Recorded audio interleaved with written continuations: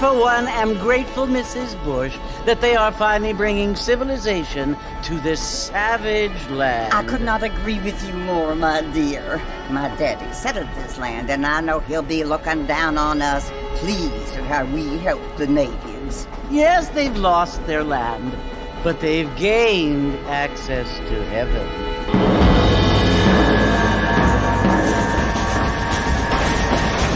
But, Father, do you mean unless an innocent receives communion, they're destined to go to hell? It hardly seems fair. What I mean to say, Jenny, is that there is a great deal of difference between an innocent and a savage. I never thought of it that way. Yes, they lived like animals, but they're happier now.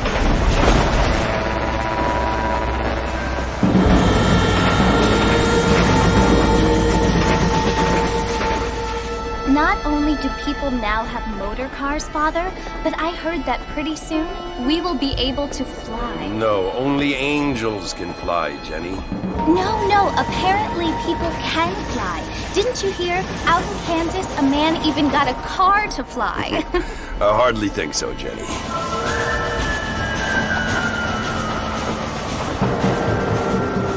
Apparently, Mr. Johns wants to run for governor, which is why he's so concerned with cleaning up the state. Nate Johns.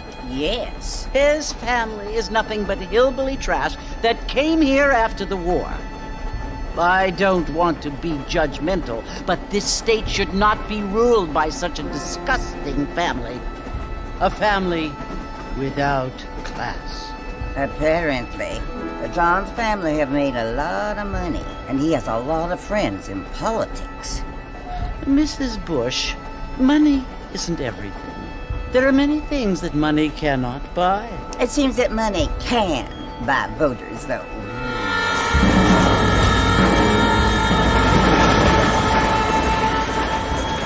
What you must remember, my dear, is that we have been brought here to spread the word.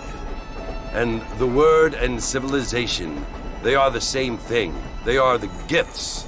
It is the opportunity we have, the chance to live among people who are decent and who do not kill each other, and who let you worship in peace. It's so confusing, Father. Sometimes I find it impossible to make the distinction between a loving act and a hateful one. I mean, they often seem to be the same thing. Yes, Jenny, it is confusing. But you only have to ask me if you need help. Indeed. Well, here we are, Mrs. Bush. Armadillo.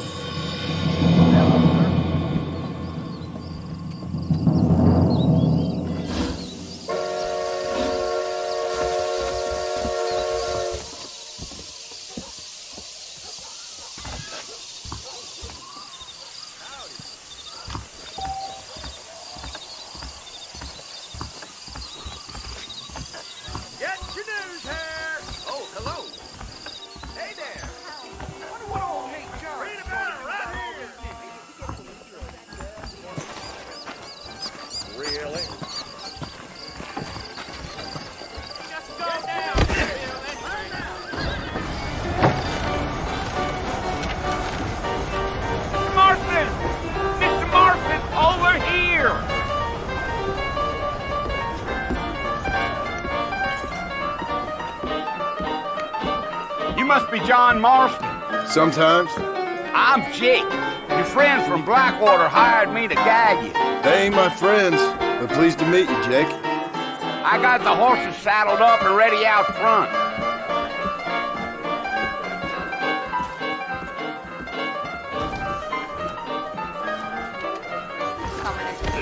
Frostbitten died. Certainly focuses the mind, doesn't it?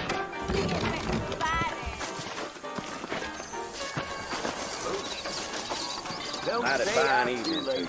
All righty, Mr. Marston, let's get.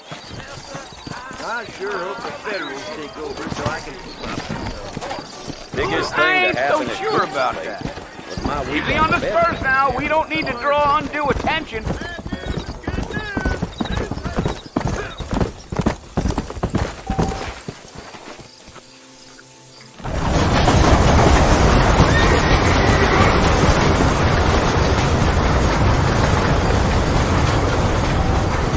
So it's Fort Mercy you want to visit?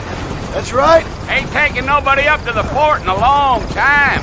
Strange place for a decent fella to want to visit, if you don't mind me saying. Who said I was a decent fella? It's been abandoned for years now. Folks say it was built during the Mexican War. All kinds of soldiers around back then. Why'd they leave? Well, I ain't entirely sure. I heard they had to go up north to fight Indians, or maybe they got tired of being soldiers and went looking for gold. You know how things is. So what are you doing up at the fort? I'm looking for an old friend. Well, like I said, you ain't gonna find many folk around those parts these days. Those you do find are about as sociable as an ulcerated back tooth. I mean, I ain't one to judge a man by the company he keeps, but... Well, he ain't been friends for a long time.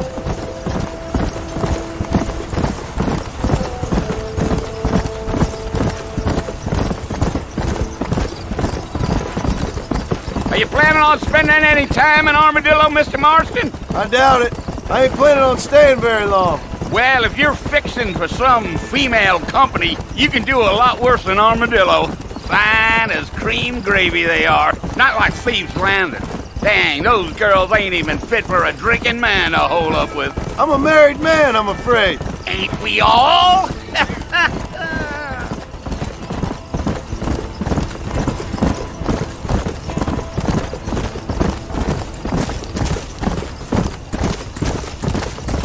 Yeah, so it was the marshal who hired me. Lee Johnson, do you know him? I think I heard his name. Says he got a telegram from some Blackwater big bugs asking for a guide. I guess it's none of my business. That's right.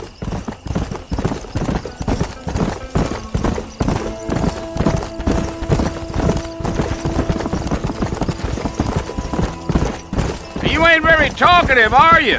Nope. I'm just chewing the dog, mister. It's how I am. I don't mean nothing by it. Trust me. There's things you're better off not knowing.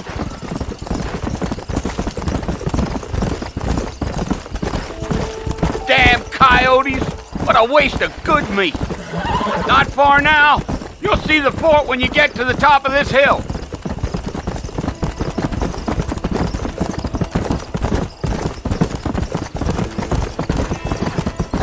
Whoa!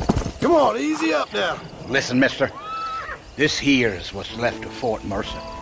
Some gang rode in and took the place over. So I understand. This is where we part ways, friend. You have yourself a good time.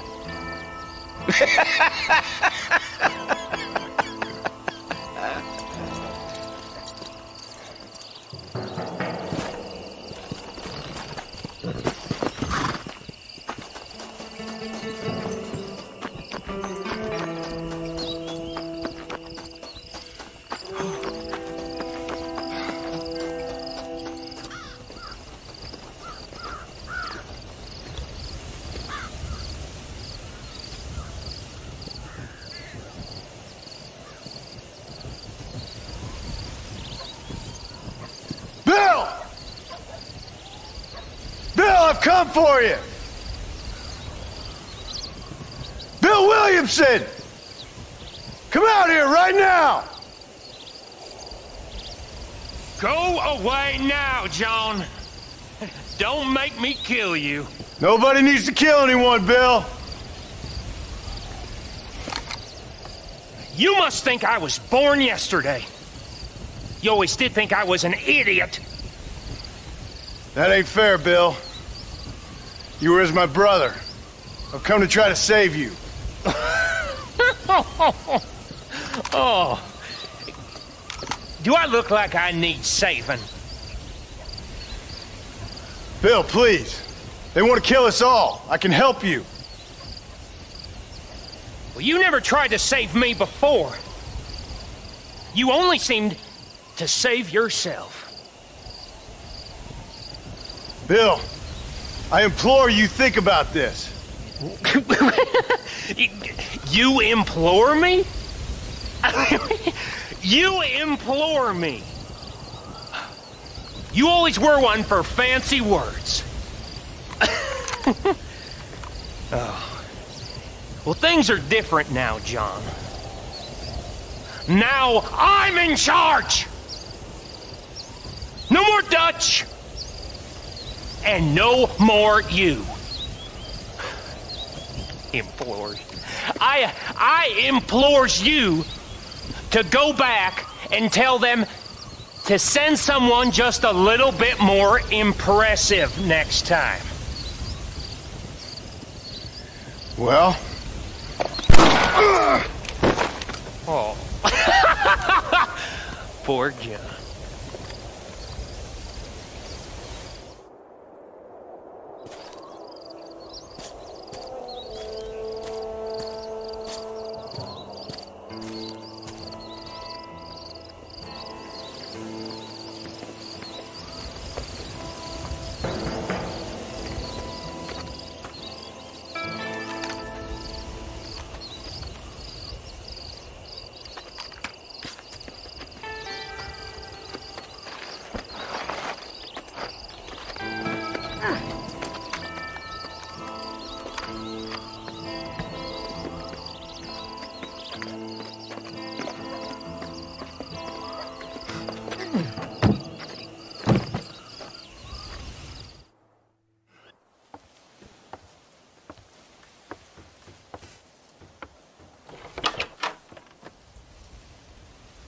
Well, you're alive. So it would seem. So, how do you feel? I don't know the polite word for it. I do. Stupid is the word we use around here. What were you doing? I was doing something stupid. Well, you'll be okay. Once you didn't die, the doctor said you'd be fine. He got the bullets out a couple days ago. Good. It cost us $15. I'm sorry, madam. Should have left me there to die. Did you want to die? I mean, was that it? Was that why you went straight out to Fort Mercer and picked a fight with the worst bandit in the county? To die, Mr. Marston. John Marston. Bonnie McFarlane. Miss Bonnie McFarlane. Well, you may be right, Miss McFarlane. I don't know. Huh. So what were you doing? Trying to give Mr. Williamson a chance. For old time's sake. You know Bill Williamson? Knew him. Long time ago. Well, what was he like? Dumb. Just like you. Thank you, miss. See my hat? I have. And, what will you do now? Now I'm gonna take my time and go after him the less kind way. Well, that sounds very fun, Mr. Marston. Quite heroic, just like in those penny dreadfuls my brother used to read. Meanwhile, if you'll excuse me, I've got a ranch to run. Of course, if you're feeling better, why not take a ride with me later? Help me patrol the perimeter. You can earn back some of that money we wasted on doctor's bills. Of course. And thank you. For saving my life, I mean. Next time, Mr. Marston, I strongly recommend you don't try to lose it quite so earnestly. I'll bear that in mind. I hear Nate Johnson's more crook than a dog hind leg.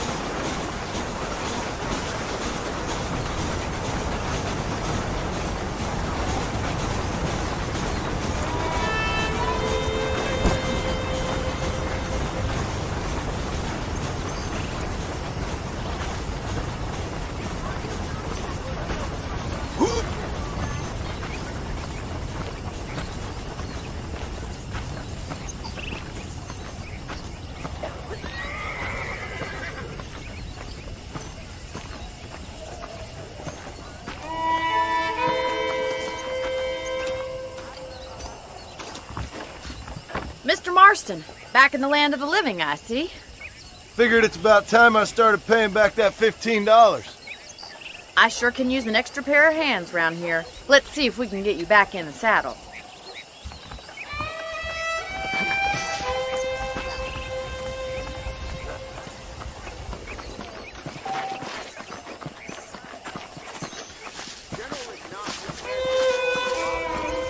There's the foreman's office. It's also where we lock up good-for-nothing outlaws, such as yourself. I'm happy enough with my current quarters right now, Miss McFarland. Hop on up. He won't bite. Yeah! Let's make a tour of the ranch so you can get your bearings.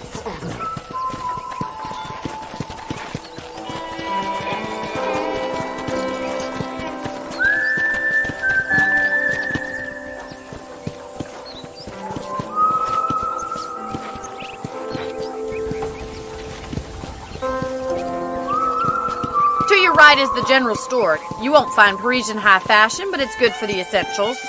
Very convenient. I don't think I've ever seen a ranch with its own store before. That's what they're all saying. Come on, boy.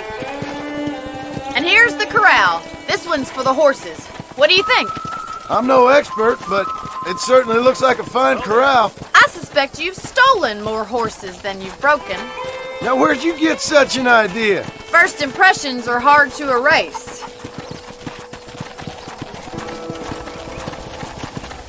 That's the train station. Things sure have changed since the line finally got finished, bringing in all sorts of new folk like yourself. Is that such a bad thing? Change is only good when it makes things better.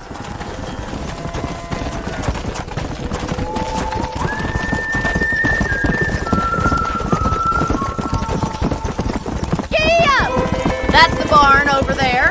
Paul built it himself when I was just a little girl.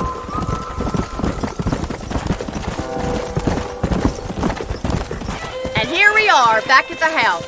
Let's stop for a while before we head out on patrol. You'll get no complaints from me, Miss McFarland. Hello there. Come on, this is the only chance you're gonna get to rest.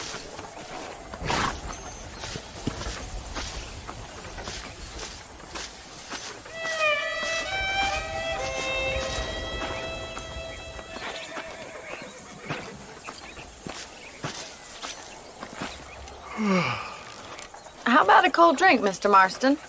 Thank you, ma'am. Getting shot, then riding a horse seems to take it out of you. I could use a rest. Sure.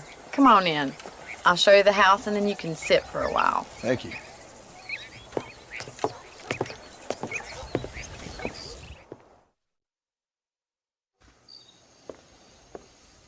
Mr. Marston. Miss McFarland. Remember me telling you about the trouble we've been having with rustlers and other undesirables? I do.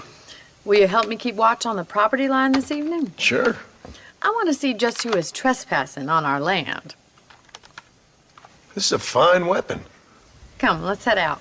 The country is really beautiful at around this time.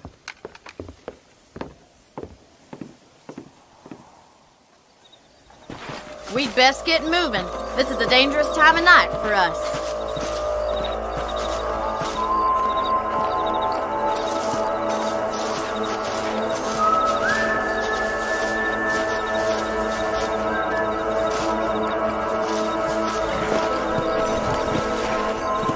Let's go. Keep your eyes open and try not to get yourself shot again.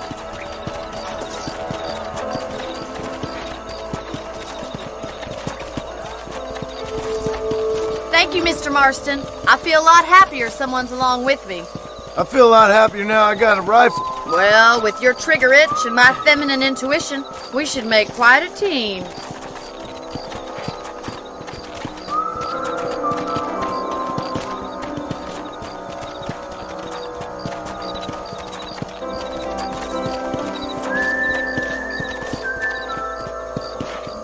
I don't believe it. Those damn rabbits are back.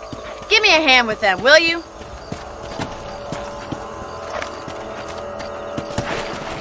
Let's see that rifle. I want a couple of these for the pop. Got one! Nice shooting! Better at shooting rabbits than outlaws, I see. You're a good shot, Mr. Marston. Them rabbits didn't stand a chance. Mount back up. We should check out the rest of the range. Whoa! Let's get going. We've still got plenty of ground to cover.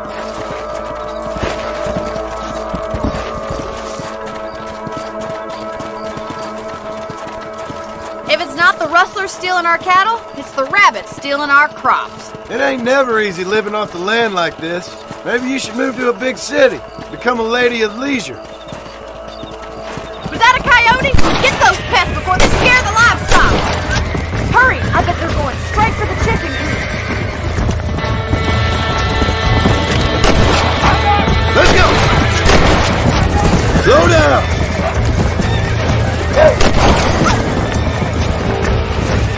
Whoa there! Well, we got rid of the coyotes. I just wish we'd saved all the chickens. Come on, I'll show you the way to your room.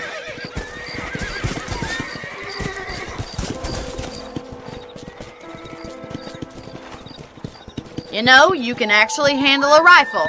It's something I've had a little experience in. Maybe Bill Williamson did get lucky after all. Luck didn't really come into it, miss. You're a useful man to have around the ranch, that's for sure. But don't think I've forgotten what brought you here. We'll do whatever we can to help you. I sure appreciate that, Miss McFarland. This is you, Mr. Marston.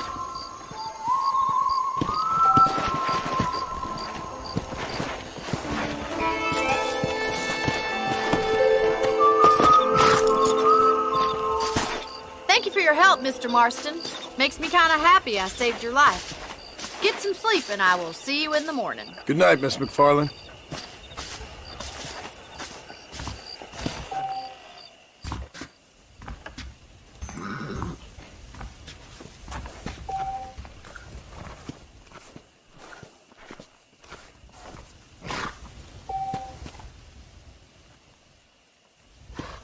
That Bonnie is a right pretty girl.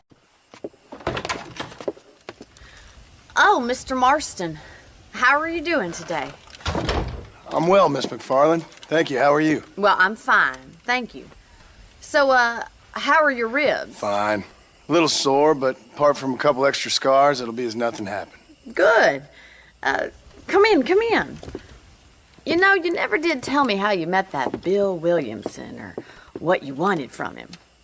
No, miss, I did not. Well, why not, if you don't mind me asking? I certainly don't mind you asking if you don't mind me not telling. See, it's a complicated and somewhat pathetic tale, and by telling you, not only would I be putting your life in danger, but also threatening the lives of some people that I hold very dear. Well, I apologize if I seem to be prying. And I apologize for my reticence. Hope you believe me when I say that it's simply out of respect for you. Of course, Mr. Marston. I understand that a city dweller such as yourself likes to have some exotic secrets, so us country folk are impressed. I'm no city man, miss. Yeah, but I saw you get on the train at Blackwater. You with those gentlemen in bowler hats? I'm still no city man. But I'll bet you can't ride, Mr. Marston. I hate to take money from a lady, miss. Oh, you won't be. I'll race you right now. If it makes you happy. We'll see.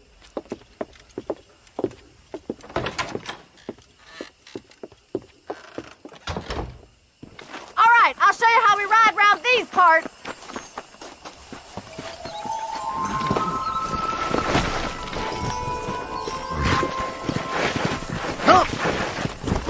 Come on, boys.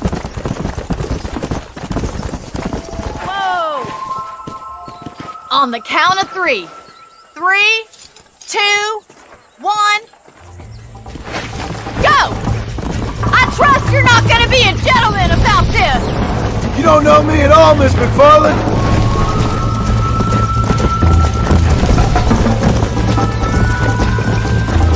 Let's go. See you soon!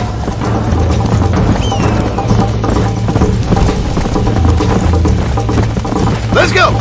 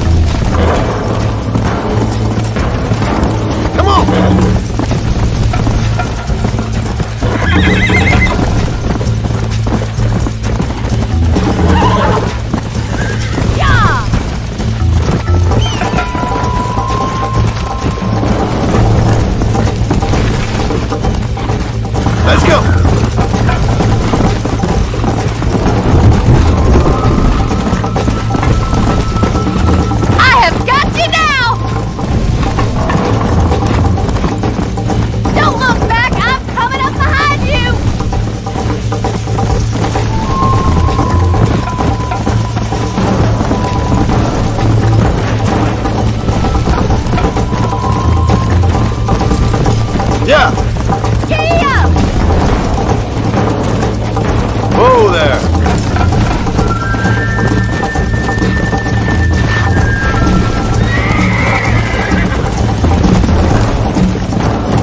Go! Come on, boys!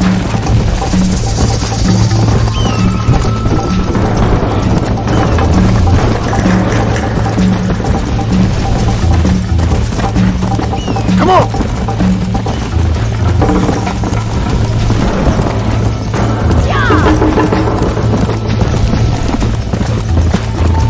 Come on!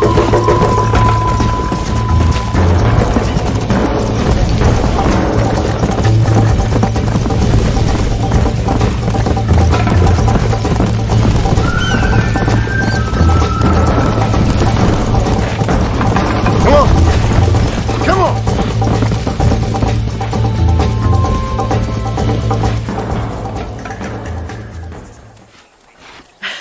That was fun. Sure. You know, you should go pay the marshal a visit in Armadillo sometime. I'm sure he could help you deal with that nice Mr. Williamson. Yeah, I might just do that, Miss McFarland. You do whatever you think's best, Mr. Marston. Ah, Mr. Marston, how are you? Good, Miss McFarland. How are you? I'm well. Would you mind riding with me to Armadillo? I've got to get some supplies and I could do with the company. Of course. You can take the reins. It wouldn't do for a terrifying bounty hunter such as yourself to be seen driven around by a woman. Take the driver's seat. Come on.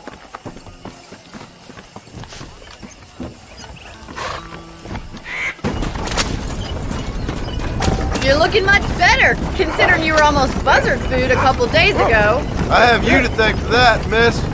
So do tell me, have you needlessly risked your life since we last spoke? No, miss, I have not. Well, that's a relief. Perhaps there's hope for you yet. I wouldn't bet on it. Oh, there's always hope, Mr. Marston. You can't be a rancher in this kind of country if you don't believe that. An admirable attitude, miss. I suppose so. I can't think of any other way to stay sane, to be frank. What about you? Have you ever given up hope altogether? Hope hasn't really entered into it. It's not really something I think about. A peculiar outlook. I can't really say I understand you. I can't always say I do either. Oh, don't be so deliberately enigmatic. I'm not, miss. Yes, you are. You are being deliberately obscure as a substitute for having a personality. I just know there are two theories to arguing with women, and neither one works. I'm not even going to dignify that gibberish with a response.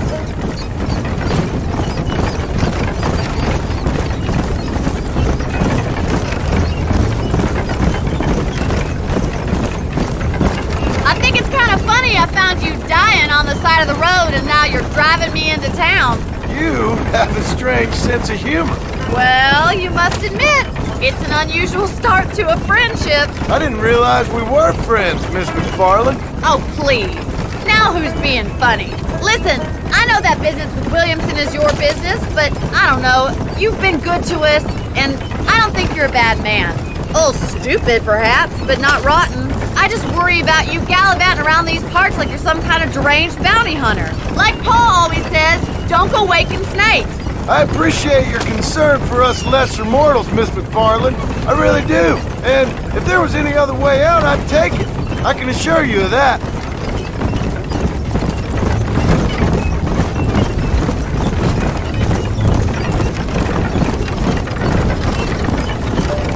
You never did tell me where you live. I have a small holding up in Great Plains. A farmer? Yeah, and I'm the Queen of England. And at what point during your day of hunting down outlaws do you find time to raise chickens? Only been at it 3 years or so. I guess I'm kind of new to it. You're telling me?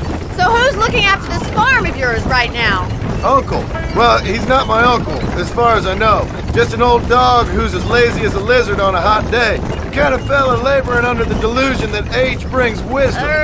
Sounds like the perfect person to leave in charge of your entire livelihood. We go way back, and I didn't have a lot of choice. I'd be getting back there if I was you. That's what I'm trying to do, miss.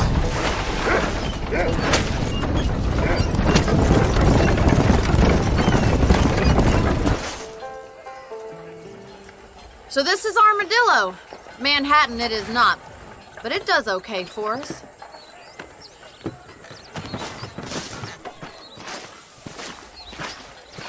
Most important thing for you right now is getting yourself into Dr. Johnson's office to purchase some medicine. The first one's on me. Thank you, miss. I'll pay you back. I'm sure you shall. The doc's a good fellow. He saved your life, so be polite to him. Meet me in front of the general store when you're done.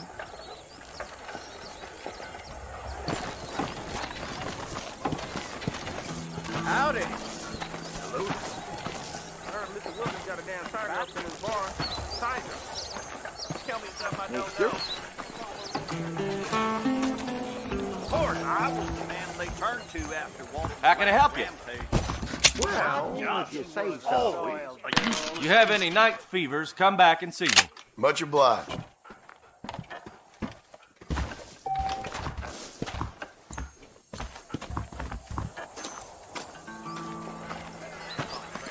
Seems awfully convenient that they installed telephones next door to the property. Howdy. Well, thanks for driving me. It was nice to be able to enjoy the view for once, and a little company never hurts now and again. You're more than welcome, miss. Least I can do. Thank you for the medicine. Why don't you have a look around Armadillo? You can always take a stagecoach back to the ranch later. I might just do that. Travel safely, miss. Try not to get yourself shot. I won't be around to save you this time.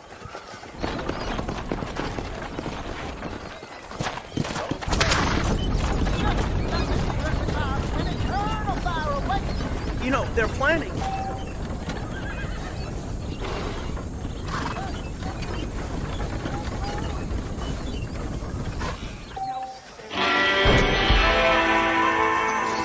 How do you do?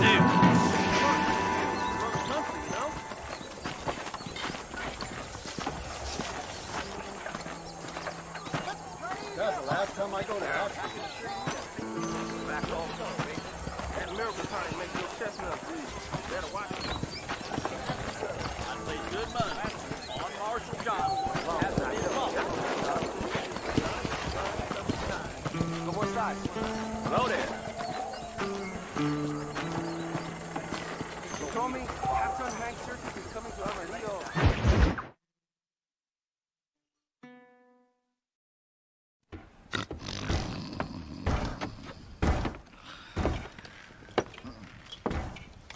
Excuse me. Hey, hey, you got a visitor.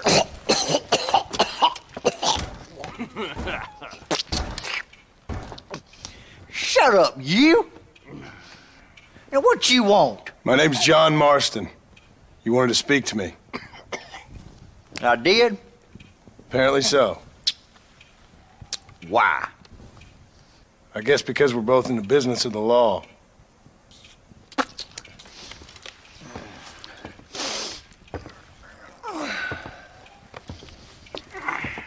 You that fella from the train company? No, I'm from Fort Mercer. Fort Mercer? You them one of them Williamson boys. Calm down. Go on, shoot him, mister. Shoot him. Come on, what, you getting kicked with me, boy? What's going on here? I got me one of them Williamson boys. I got me one of them idiots who give marshals a bad name. Jonah, put your gun down.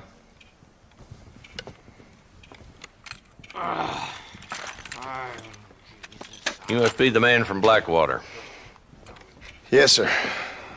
Listen, that dog ain't too bright, but he seems loyal. Jonah, get out of here for a minute. Yes, sir, Mr. Johnson, sir. And you. Oh, I done seen enough of your hide around here, friend. I think there's some school children down the way you can go and frighten. Oh, hardy fucking har. Dickhead. What are you doing here, Mr. Marston? Apart from frightening my deputies. I'm here to capture or kill Bill Williamson. Okay. Can you help me? He's outside my jurisdiction. He's in the next county. Of course, Bill Williamson and his boys have tended to keep themselves away from my town. So you're happy to have them out there? Well, I ain't happy, but I also ain't suicidal. My job is to keep this town safe, not clean up all of these 3 counties. It's hard enough around here. You know, I hear you speak, and suddenly I'm reminded of how some of the people I respected most in my life had a problem with authority. What's wrong with you? Well, I'm sure you and your fine friends have enjoyed spending your time running around pursuing noble causes. My cause is to keep this town from turning into a living hell for the folks who live here. Whole world has problems, mister, and I'm here doing what I can. Why? What's happening? Right now, I got the railway, the people who pay my salary, trying to get me to turn a blind eye to them burning down settlements up there. I got a bunch of cattle rustlers out near Box Canyon needs shutting down. Not forgetting the gang that keeps murdering homesteaders out in the back country. And I got a bunch of hoods over in the saloon, drunk, threatening to shoot up the whole town. That's all I got today. But it's early yet. Give me a couple more days. There'll be more. All right, tell you what.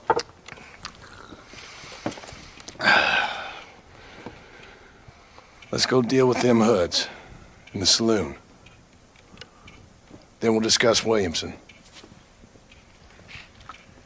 Okay, boy.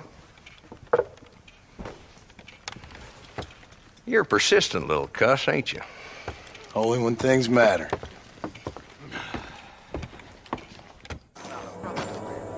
The saloon's this way.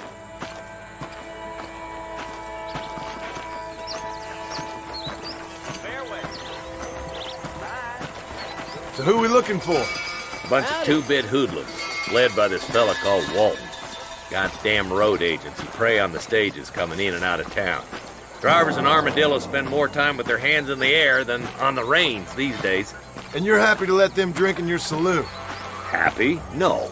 But the way I figure it, better they're carousing in there than out robbing decent folk. That's an interesting approach to law enforcement.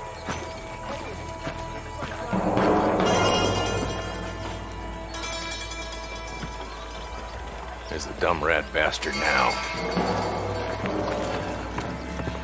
Let's follow him. See what kind of hole he crawls into.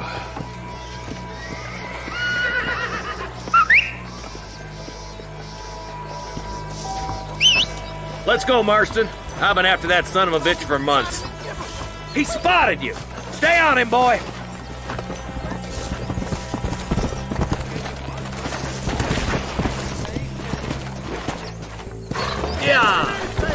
Yeah. If Walton's as bad as you say he is, why don't we just beef him now while we got the chance? Because that ain't how the law works. Is that right, Marshal? And alive, he can still talk. Doesn't sound like he's a man to be reasoned with. He ain't. But a few days of my hospitality and he'll be telling me what I need to know. Walton's gang's been growing fast. Outlawing's easy money for easy work. Cholla Springs, Gap Tooth Ridge, these boys get around.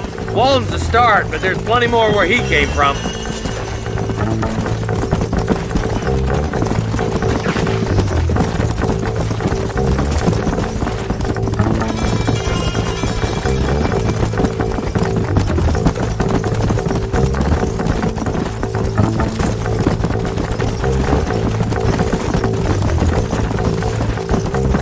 Headed for Pleasant's house. Let's stop so we can get a better look. Easy.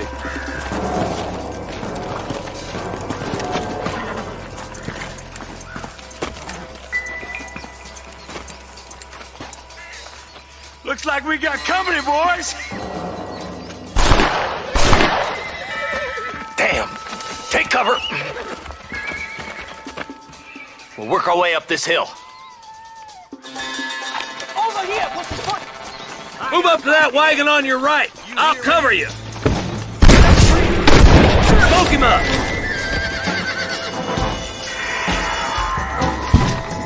Now move up to that crate. I'll cover you.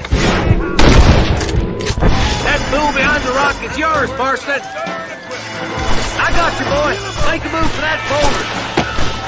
There's another one behind the outhouse.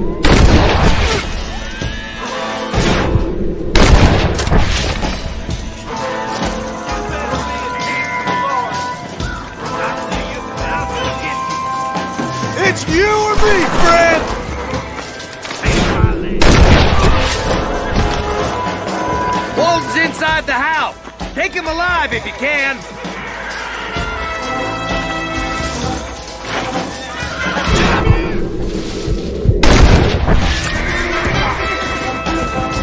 Walton, your killing days are over. It'll be trial and the rope for you.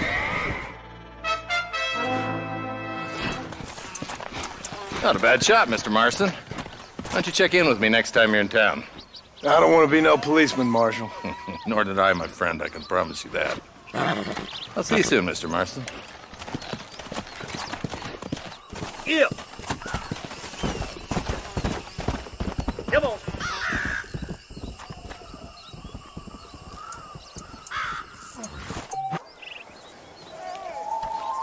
Mr. Marston, I've been hearing about your plans. Have you, Miss McFarland? Yes, from Lee Johnson. To settle here and build a life for yourself. I'm afraid those aren't my plans. See, I already have a life. Well, I had one, and I'm trying to reclaim it. Or maybe what you could say is I had two, and I'm trying to end one of them so the other can survive. You do so love to talk in riddles, Mr. Marston. Do you do that, I wonder, as a substitute for having anything interesting to say? Probably, Miss McFarland. Oh, call me Bonnie, you fool. Call me Bonnie. Miss McFarland, I'm married. I have a son. I had a daughter, but she died. Years before that, I rode in a gang. We robbed banks, trains, held people ransom. We killed people we didn't like. Bill Williamson was in that gang. Now, if I don't capture my former brother in arms, great harm will befall my family. Now, I don't suppose any of this is very interesting to you, but I hope it explains why I wasn't so eager to talk about it. No, I do understand. I had no idea. You poor man. Even in this new country, memories don't really fade. My father was an illiterate Scot born on the boat into New York. He never saw his homeland, but to hear him talk about it, you'd imagine he only ever ate haggis and wore a kilt. And he hated the English for what they had done to his great-grandparents that he'd never met. People don't forget. Nothing gets forgiven. That's true. Especially when it comes to money. And you know, even now, after all his labors, my father's debts are still terrible. I worry every day about us losing the ranch. It would kill him. My father died when I was 8 years old. His eyes were, well, let's just say he was blinded in a bar fight south of Chicago. My mother died during childbirth.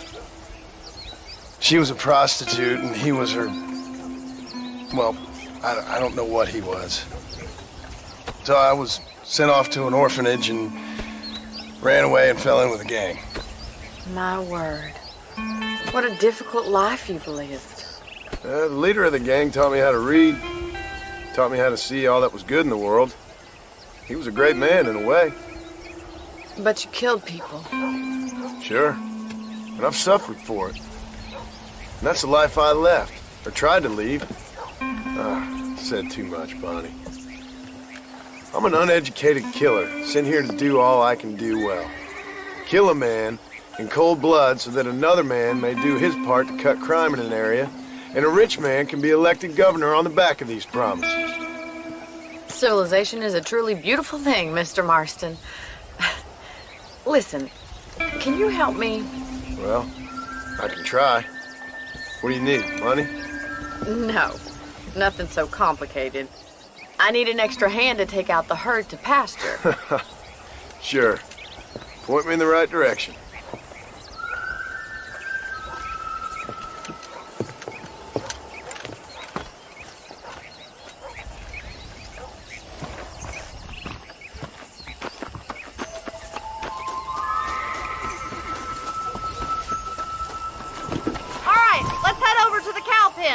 It's about time a budding farmer such as yourself learned how to herd cattle. Come on, boy. Thank you for telling me all that back there. It must have been hard for you. Hope you understand now why I've been playing my cards somewhat close to my chest. I didn't know you had a wife and child. Then again, I don't think I ever asked. They're lucky to have a man like you. I ain't so sure about that, but thank you.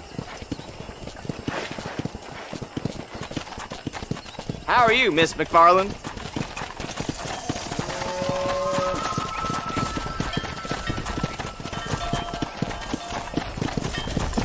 He's got it!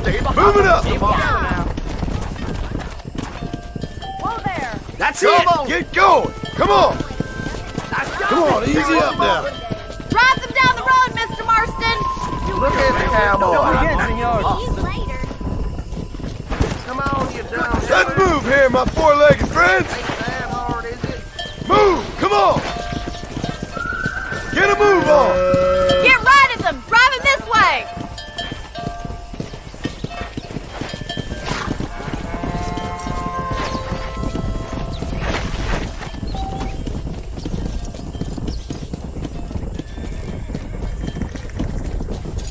Come on! Keep it moving!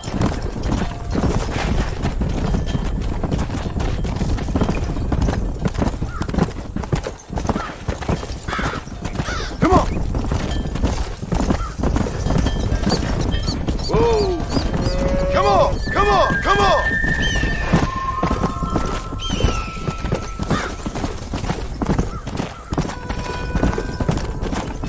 Nail it down! All right, let's move this large herd out to the far pasture.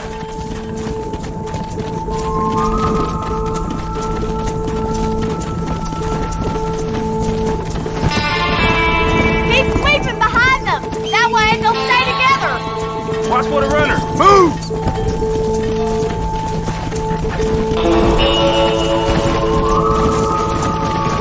Keep him tight now. He's just showing off Marty's now. gonna love this. Keep going, Mr. Marston! You're doing great, Mr. Marston. Big herd for your Keep first that herd together time. now.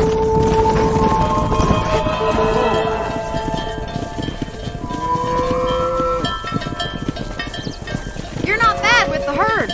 Ranching might be your true calling, Mr. Marston. Either that or you were a cow in a past life. Thank you, Miss McFarland. I'll see you later. I have work to do back at the ranch. Hello? Hello? Is Armadillo 731? What is it with these things? Hello? It's a new line. Hello? Hello? Sounds fun. What's happening? I have no idea. Yeah, if it's important, they'll send someone down like they did with you. Suddenly, the world is full of days. Yeah. I remember when we first got here. We used to consider people from Dade County to be exotic. Now guys can get here from the Midwest, and they can do it in 6 days. Things have changed. They've gotten away from me.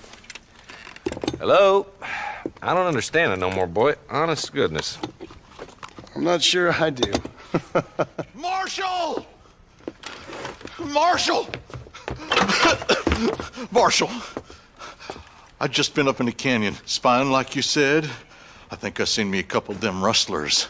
I think it was the Ballard twins and a couple of Mexicans. They up there right now? Well, it was a group of 4 men rounding up Mr. Gulch's livestock, and none of them looked like any of Gulch's hands, so yes, sir, right now. That sarcasm's most unbecoming, Eli. It's gonna hold you back in life, even worse than your lazy eye. All right, let's go. You ride with us again, Marston? Will you help me? I will try. It'd be my pleasure.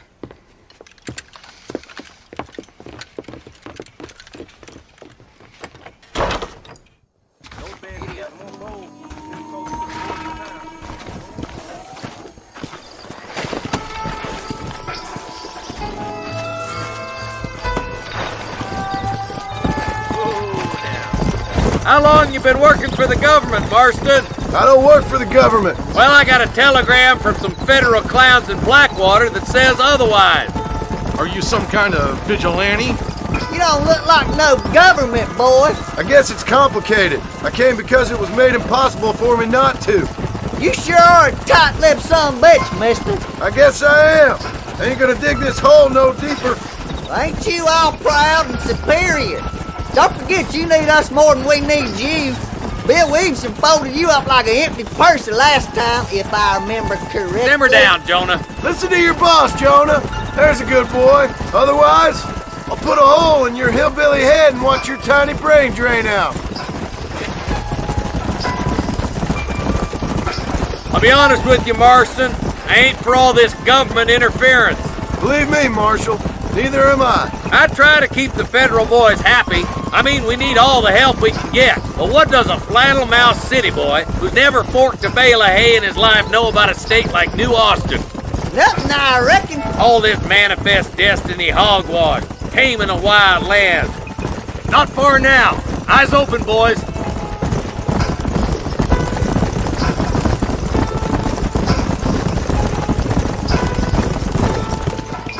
All right, leave the horses here and follow me. Let's move up the canyon towards the fort.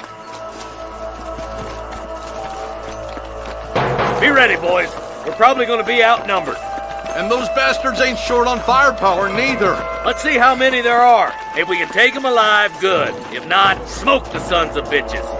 Music to my ears, Marshal.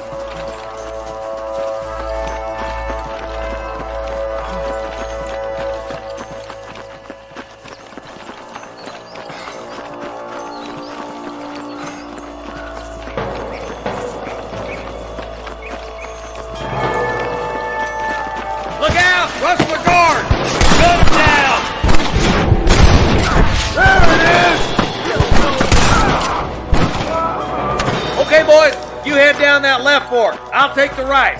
Marston, you can come with me or go with them.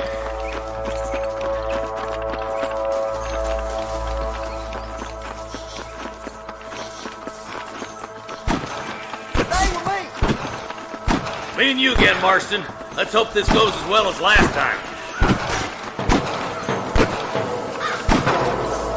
My God!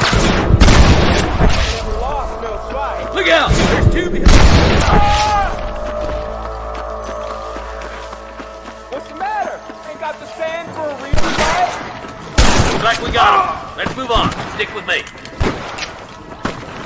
Damn you! Come on! The deputies are making some ground over there. Son of a bitch! Eyes up! We ain't finished yet. Good shooting, boy. Come on, let's clear out that camp. Watch yourself. Looks like they have some backup. Hellfire! Surrender, or I'll kill you all! I'm giving you one last chance to put your hands in the air! You got one!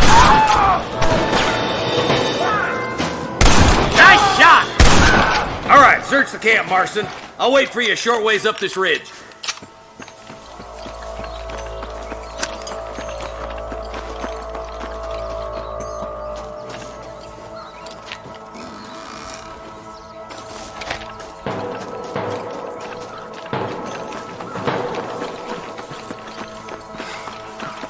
Keep your eyes open. I saw a couple of snipers across the way. God damn it! Take out those snipers, boy! Nice and steady now! Don't leave... Oh!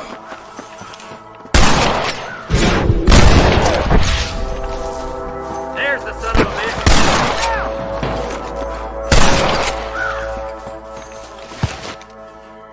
Tell the bombers to give themselves up, or we'll kill every last one of you! I can hear more gunshots. Quick, let's go help my deputy.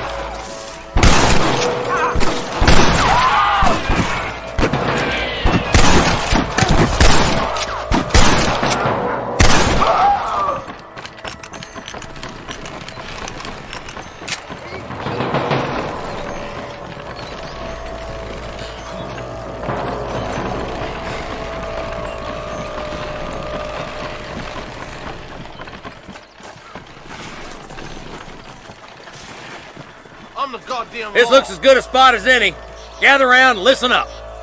Let's get as close as we can before opening fire.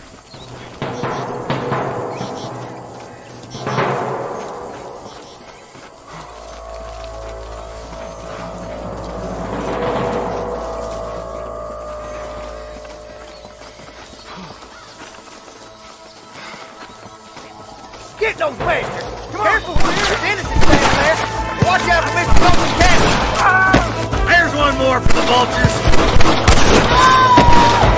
Christ alive! Are you kidding me? I see it.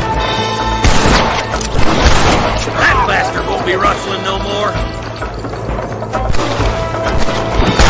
Good shoot, boy. Marston's swatting rustlers like flies. Marston, point that at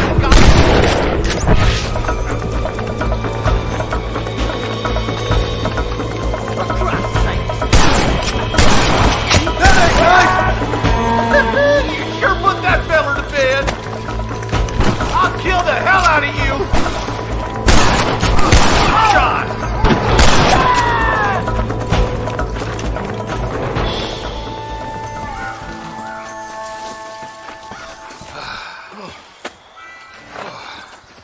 Thanks, Marshal. We're indebted to you with our lives. Just get them cattle back safe. All right. Oh, thank you. Oh, thank you so much. Thank you. Well done, Mr. Marston. Yes, well done. Now, about Williamson. I'll do what I can. You know, as you can see, this country is infested with all manner of scum. Say that again. Well, one other thing, Marston. Mr. Johnson, sir. It's Mr. West Dickens. He's missing. Who? Mr. West Dickens, the tonics merchant. He was due in town last week. Oh, the narcotic and bat piss salesman who cons housewives out of their money with promises of eternal youth. Yes, him, but I think you're being a little unfair. He's helped a great many of the county, and many of the townsfolk are really missing him. You hear that, Marston? We just butchered a gang of thieves, and the town is up in arms about a missing snake oil merchant. I am so glad to be serving such a wise and respectable people. Come on, Eli.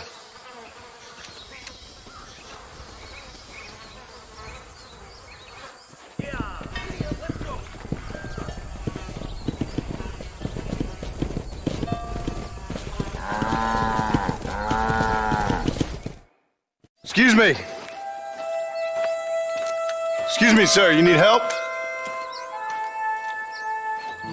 Mister, you alive? Fuck, God damn it. Good heavens. Excuse me? I said, no, I'm not okay. Do I look like I'm okay? You look pretty good for a corpse. Praise be.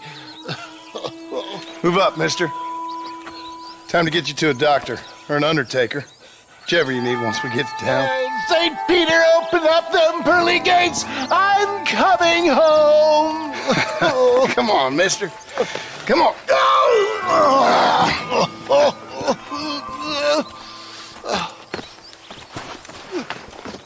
Hurry, sir. I'm bleeding like a badly butchered hog. You'll be fine. Just focus. You better take the reins. I don't think I'm strong enough. I'm finished. Done for. Just sit up straight, will you?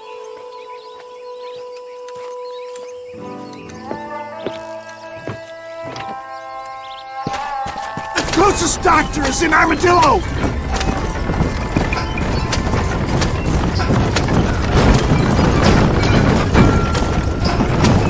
Oh, out! I implore you to please stay on the road! What is your name, friend? John Marston. Oh, good God! My God! Come back and finish me off!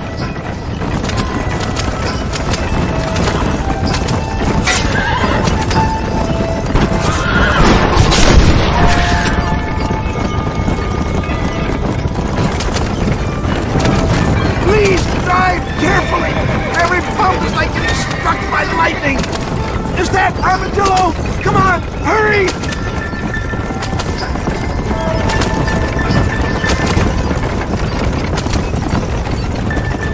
Dad, I embrace you. For Christ's sakes, man, you're gonna be fine. We're nearly there. Take me into your arms. This is it. You're gonna make it.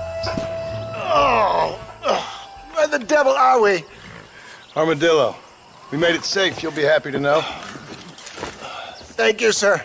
Thank you. You're a gentleman and A true man of honor. Coming from you, I doubt that means much, but I appreciate the civility. I owe you, sir. And I always pay my debts. Jesus! But if I die, I'm sorry for it. If not, I'll be your man for... Let's get you fixed up first. Then we'll decide what you're my man for.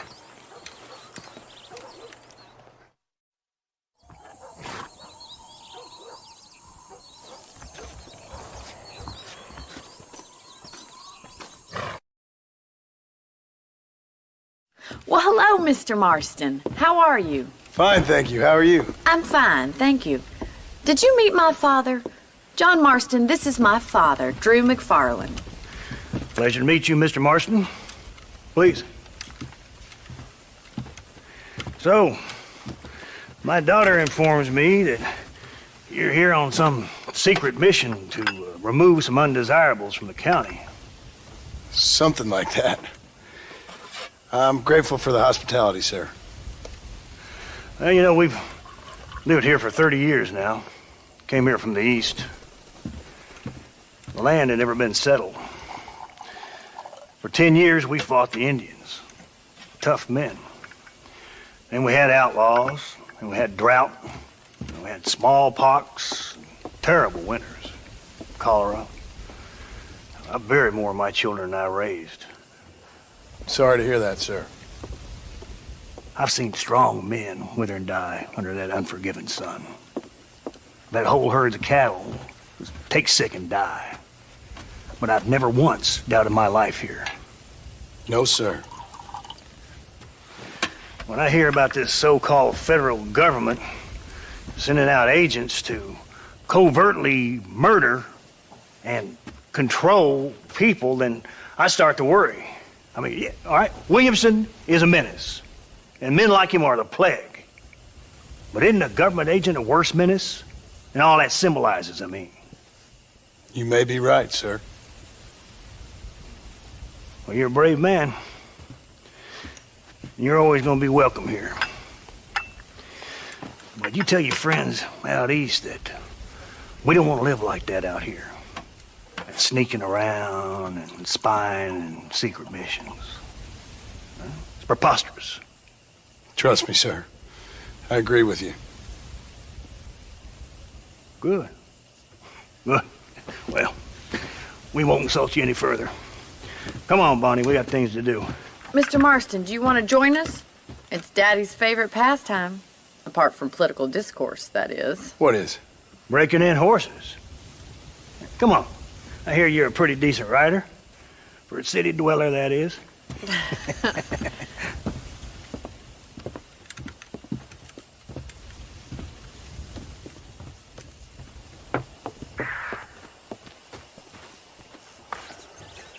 You're gonna need this, Mr. Marston.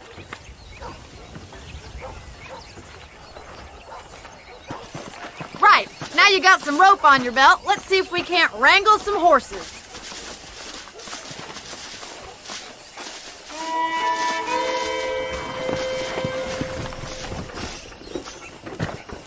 The world keeps turning. Time to get busy.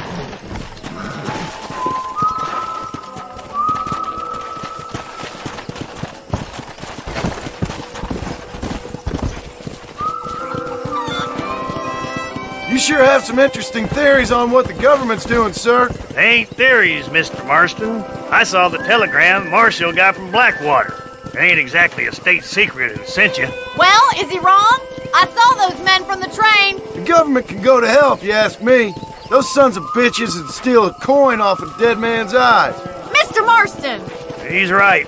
Now, I don't know much about politics. Please, Paul, can we just enjoy but I the know ride? we're only as free as they say we are. Power's like a drink. The more you have, the more you want. And there's few men who can handle it. There's certain things in this country a woman could do much better if you ask me. I ain't gonna argue with that, Miss McFarland.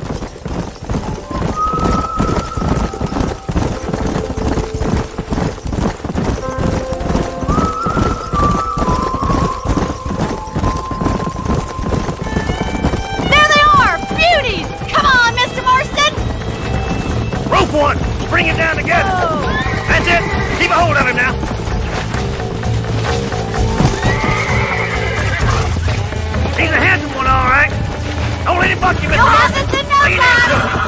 Come on. Come on. Nearly got you. Let's go. Try not to spook him too much. Calm it down. Let's see it, boy. That's Take it slow now. Don't give up. Show me what you got, boy. Keep at it, Mr. Marston. Now, boy. Relax. You're doing fine. That's better. Look at that. We'll make a cowboy out of you yet. Whew. I think that's enough activity for an old-timer like me. I'll take this one back to the ranch. See you later. Come on, Mr. Marston. Let's rope another one. Come on, rope one of them. Kia! Let's go.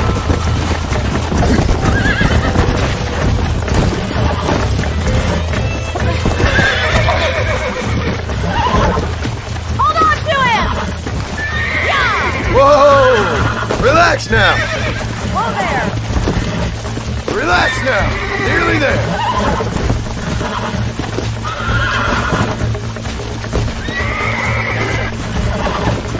Steady.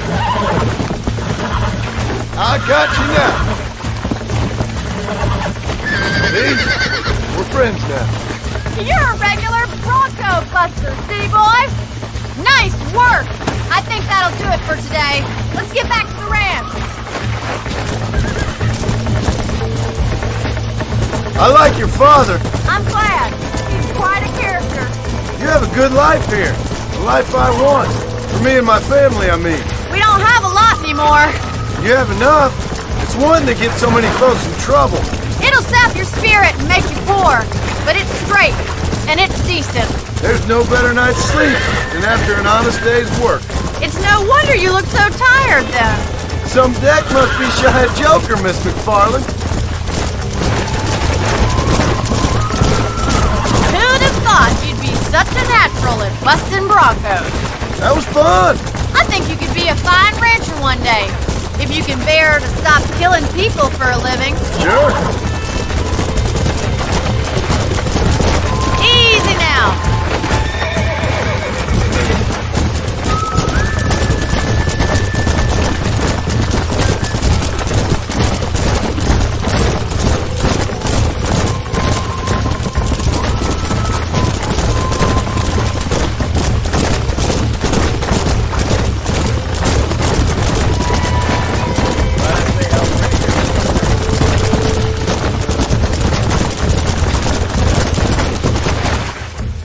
Well done, Mr. Marston. These are fine horses. Hey, Bonnie. Amos was saying some horses been spotted somewhere outside of Armadillo. Let's go, Mr. Marston. We can really do with those horses.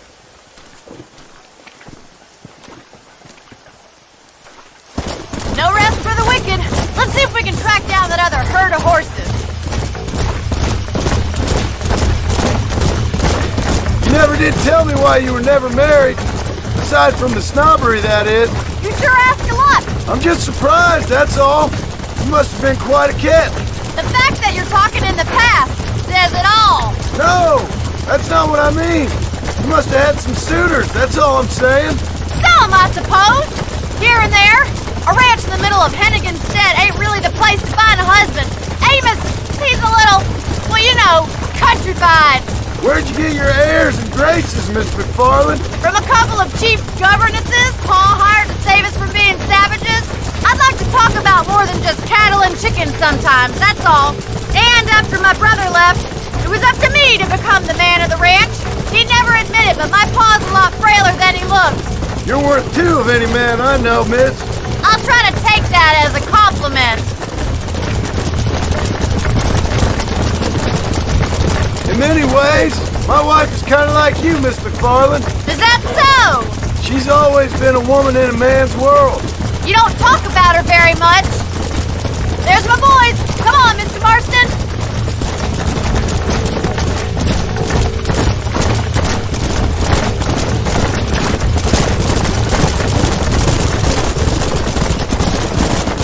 Let's drive them up the canyon where it narrows.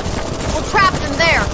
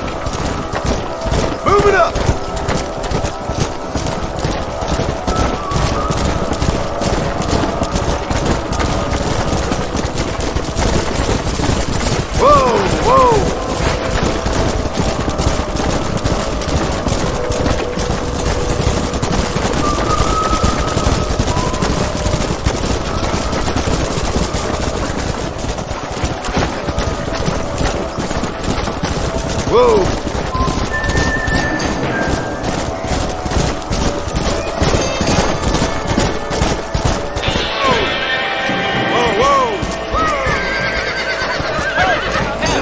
Looks like we got the lot of them. What magnificent animals they are. Hey, the stallion's getting away! Chase him down and bring him back! Let's go! Get after him!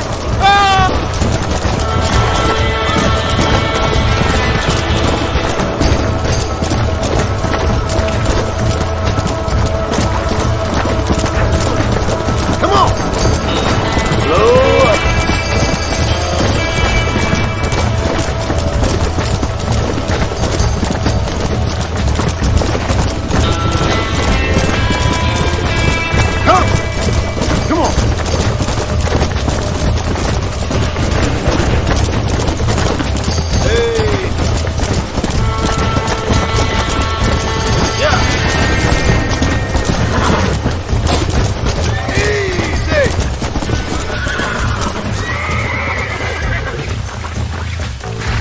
Let's go! Whoa there! Come on! Come on! Nearly got you!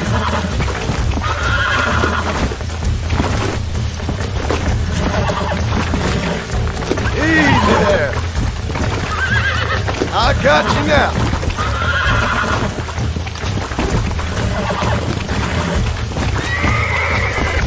Relax now!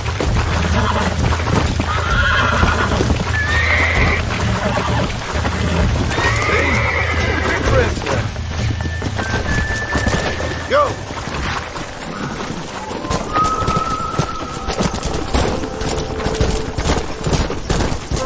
Whoa there!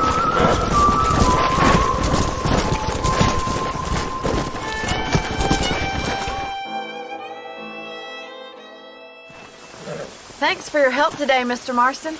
We got some fine horses.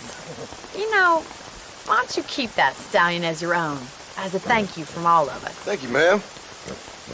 He's a fine animal.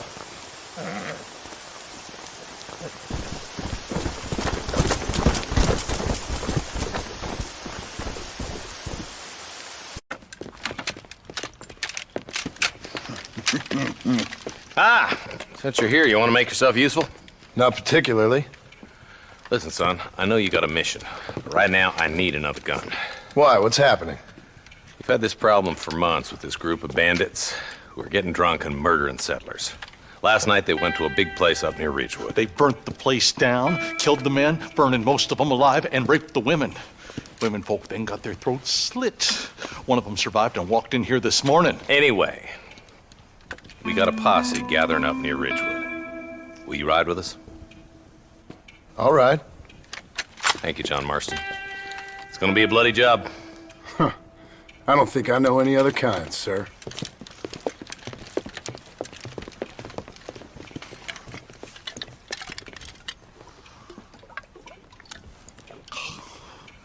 Hey, wait up!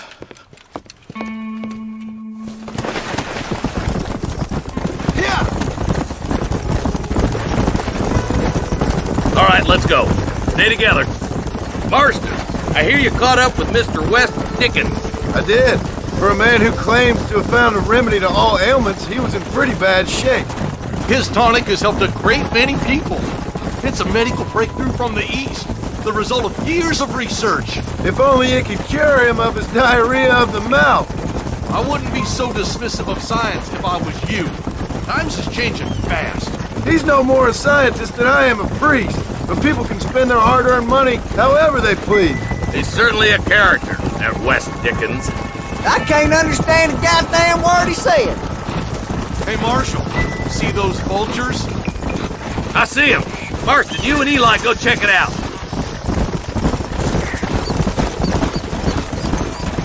Come!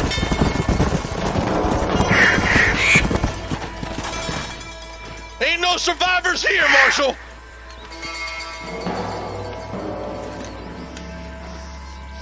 Man, this don't look too good. Somebody was so busy killing people, they went and dropped their gun.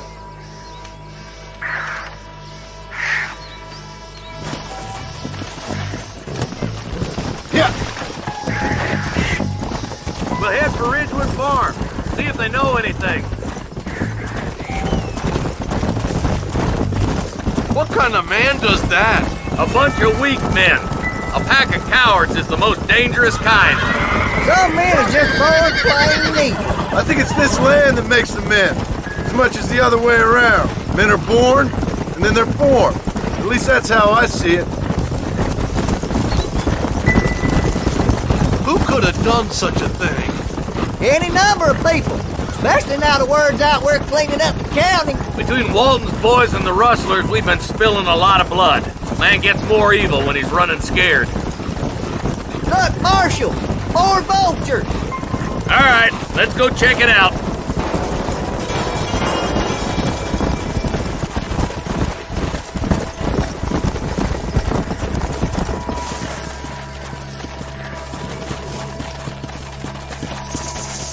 Man, more dead bodies. And the fire's still smoking. Those scumbags must still be around. Come on.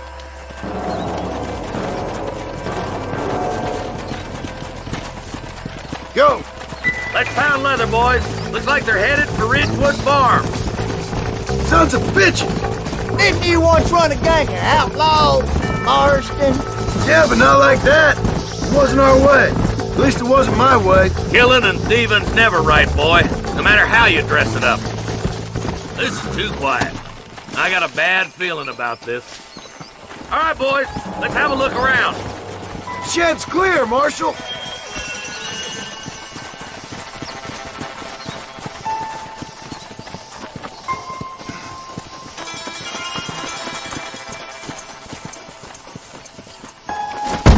No one here.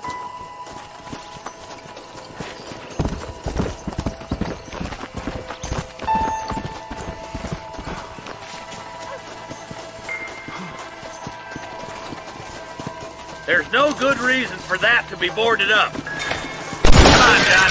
Shoot that door open.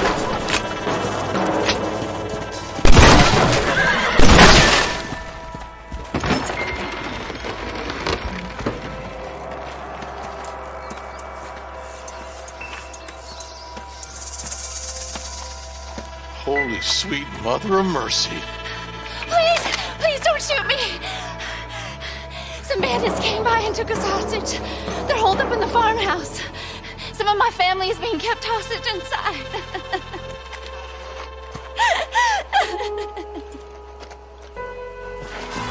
This has gone far enough. Get into that house and smoke those sons of bitches. There's more where that came from!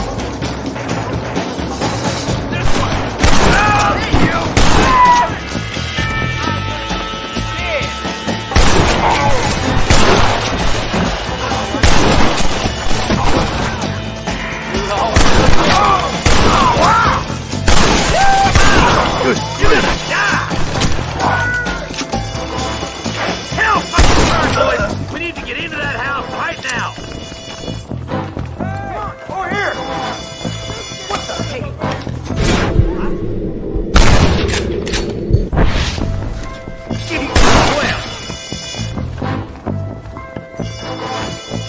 Friend, you got a yellow streak of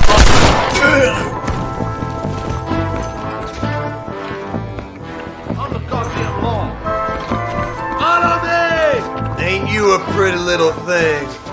I'm gonna enjoy. It's gonna be all right. Head for the shed in the back as soon as it looks clear.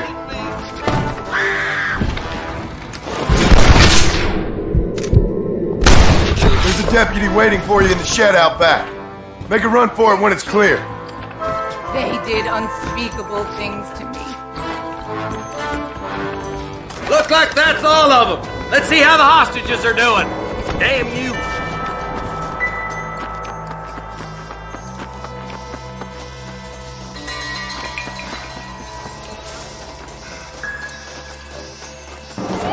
Some folk tried escaping to the south, but then some robbers started chasing him down like wild dogs. I thought you were supposed to protect us, Marshal.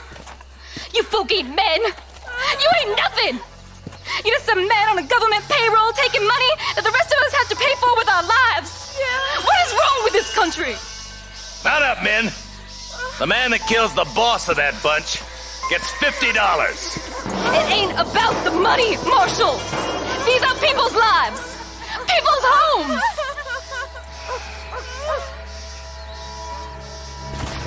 Let's go! Get on your horse, boy! Follow me. We can still catch him. Let's go!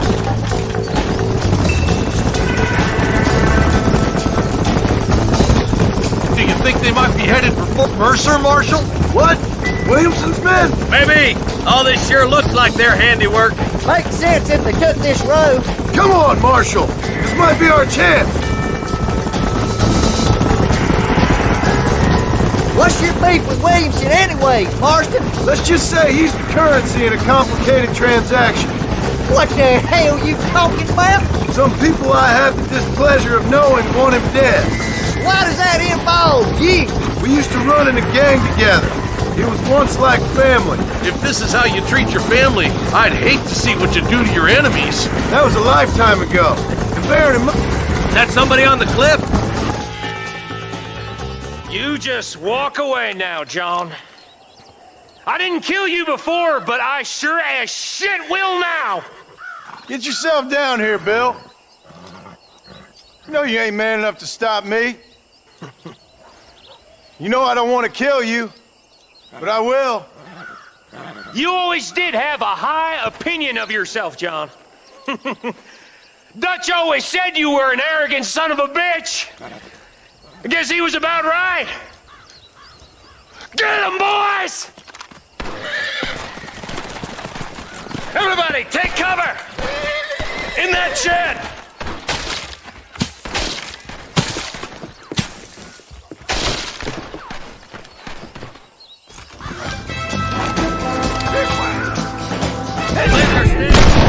Stay in cover. Watch your head.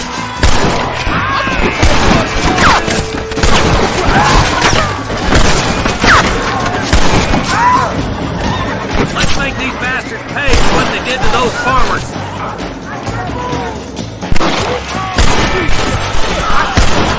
Just drop the gun! It ain't worth it! You ain't smart enough! Bring me Williams! Down, you son of a bitch! What are you doing? You'll get slaughtered out there!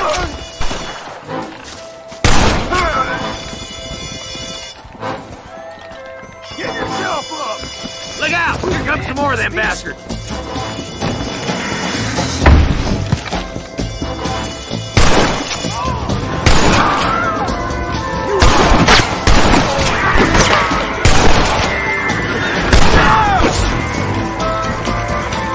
You bastards killed a lot of innocent people! I've got my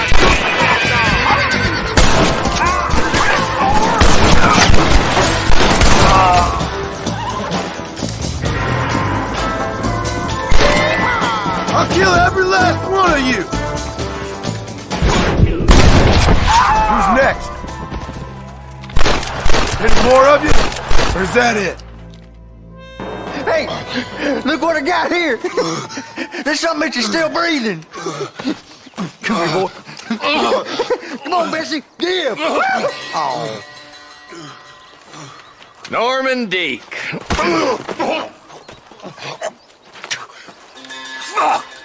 Nice to see you again, buddy. Thanks for your help, John.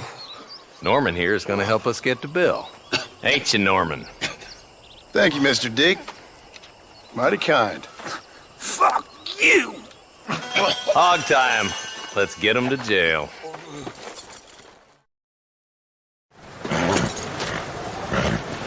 Come on, let's go! Amos! Get him in there! Come on! Amos! Hey, miss. I got most of the horses secure and the chicken. Well, thank you, Amos, but it's the herd I'm worried about. I know, they're scattered all over the valley and beyond. The weather is coming in real fast. So what do you suggest, Amos? We leave the herd out there to be scattered by the storm and ourselves left here to die without a livelihood? Can I help? No, miss. If the men get caught out in that storm, they're gonna die. And if we lose our herd, we'll all die, you stupid man. Doesn't sound like we're left with much of a choice then. Come on, Amos. Round up your men. Let's get the herd. Dang.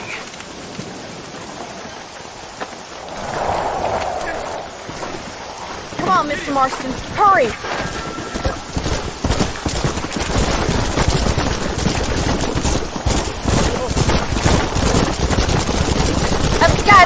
good. I'm starting to think somebody up there is conspiring against me. Are you a religious man? Not in any real sense. Sometimes I tell myself things happen for a reason. Like what brought me here was fate come a-calling. But nobody made my path but me. We all need to look for answers somewhere. Some in big old books, others in big old bottles of whiskey. Believing in some kind of divine purpose ain't gonna give me my wife and kid back. Past is who we are, Miss McFarland. There ain't no changing that. Faith is a luxury I can't afford. We have 2 herds out grazing in different pastures. We'll need to merge them and bring them all back. I think we can handle that. The cows get real ornery in bad weather. It's more work, but I'll show you how to deal with them. It's gonna be difficult to talk in this weather. Stay close. We don't want to lose each other. Watch it in that mud. Easy. Come on. Let's take them over to the other herd. We'll try to drive them all back to the ranch together. Move! Move! Let's go! I haven't seen a storm like this for a while. We need to be quick.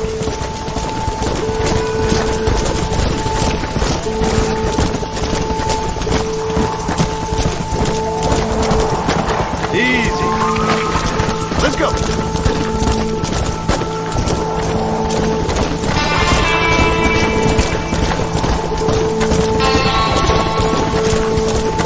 Keep it moving! Slow it up now.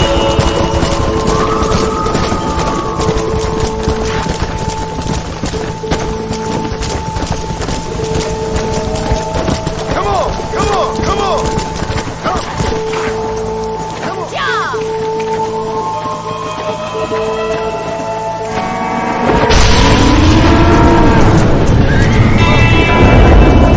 There's Spook! We have to stop the stampeding!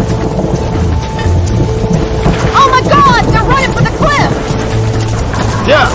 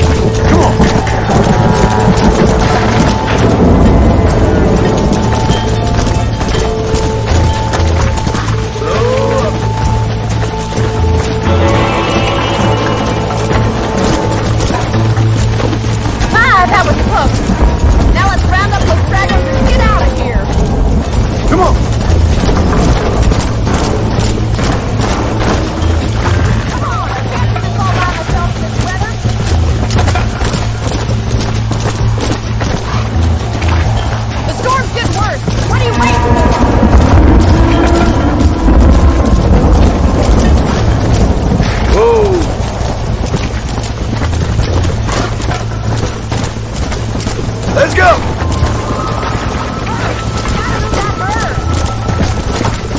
No stop! Let's go! Whoa! Yeah!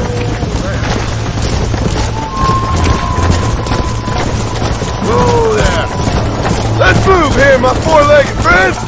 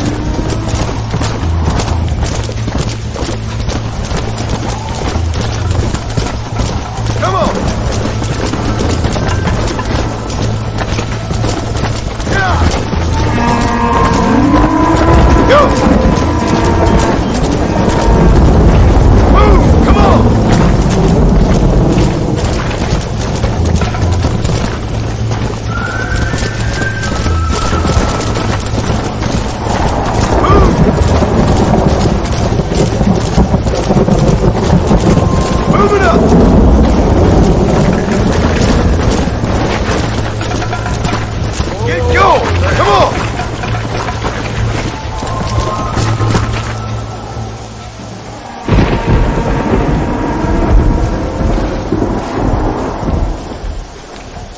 You saved the herd back there. You might make a decent rancher one day. Thank you, Miss McFarland. Yeah! And I can tell you with no uncertainty that miracle cures are no laughing matter. I bid you good day, sir. Oh, Mr. Marston, good to see you. How have you been keeping? I'm well, Mr. Mr. West Dickens. Nigel West Dickens of East Cheap, London, New Waverly, New York, and Armadillo, New Austin. At your service. At my service. At everyone's service. At the service of science, of knowledge, of life. How are your wounds? Much, much better. But then they would be. Would be? I know a cure for all ailments, Mr. Marston. Ah, I'm sure you do. And I'm sure for just $2 an ounce, I could live forever. Oh, but for you, sir, I do a bulk discount rate of $1.95 an ounce. As long as you buy 100 ounces or more. That's a lot of immortality. Give it up, old man. That's Mr. West Dickens to you, boy. Give it up, old man. Listen, Marston, I'm broke. But this stuff is good. It works. I need a healthy young man like you. Come along, let's ride over to my newest customer at Ridgewood, and I'll explain while we go. Okay.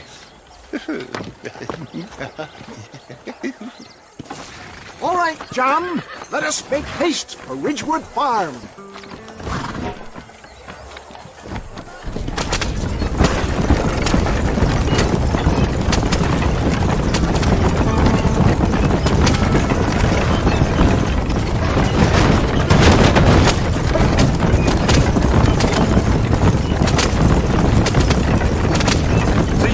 Making your living by peddling shams to the poor and naive.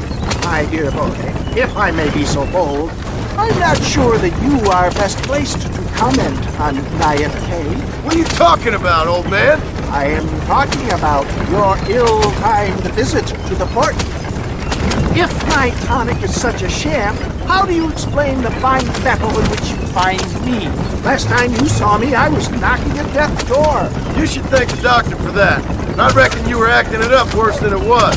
Act I can, John. A more convincing Othello there has never been. And so shall you. A fair Iago or Cassio make it. I don't like the sound of this. Showmanship, John. The flourish. The bow.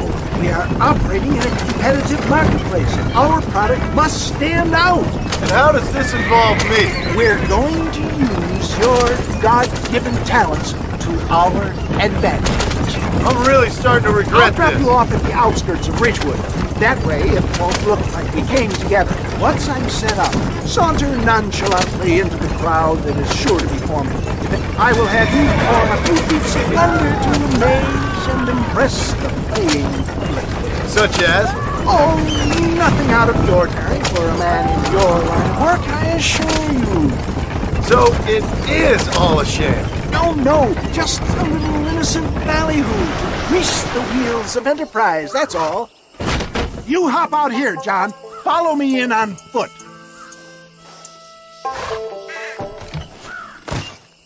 See you shortly, and remember, showmanship.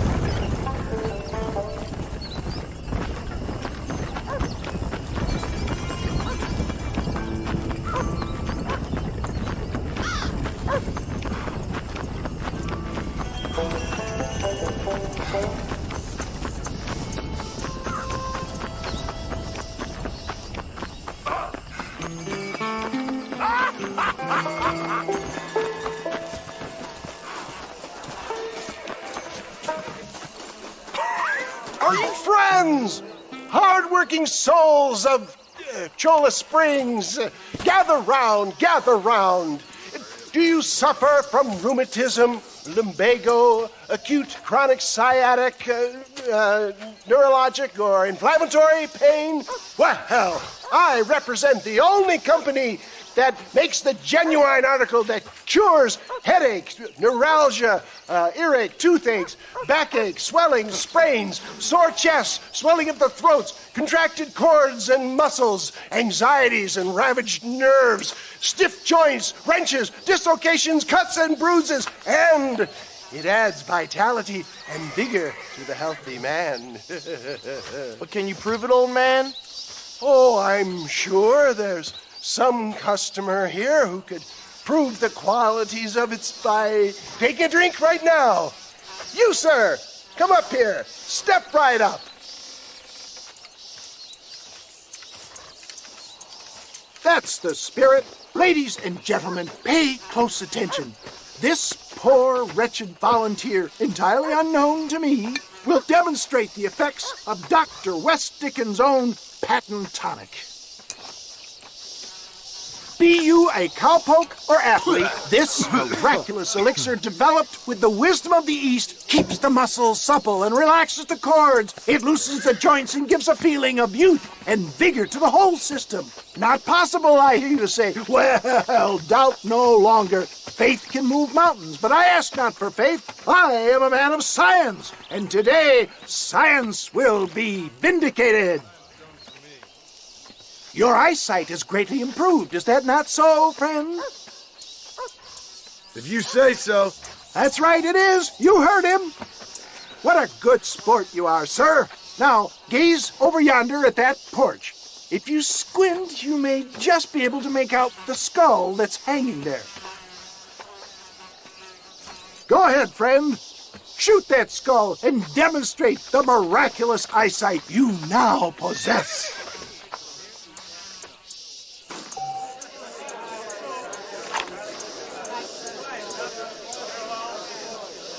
Remarkable! The eyesight of an eagle, granted by imbibing Dr. West Dickens' own patent tonic.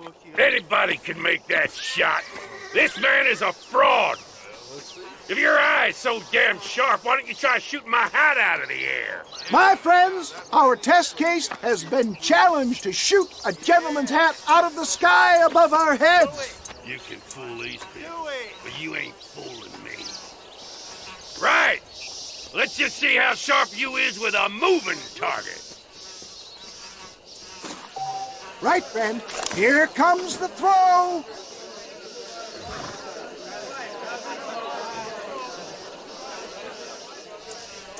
You're more crooked than a... Have you ever seen such an eye? Behold the power of the elixir, plucked out of the sky. Hey! Hey! What? You think you can put a hole in a man's hat and just walk away, do you? Hey, it don't work like that around here, mister. Come on! Are you a man or not? A challenge of battle has been offered to our volunteer. Let the battle commence! Just look at the strength time has afforded him.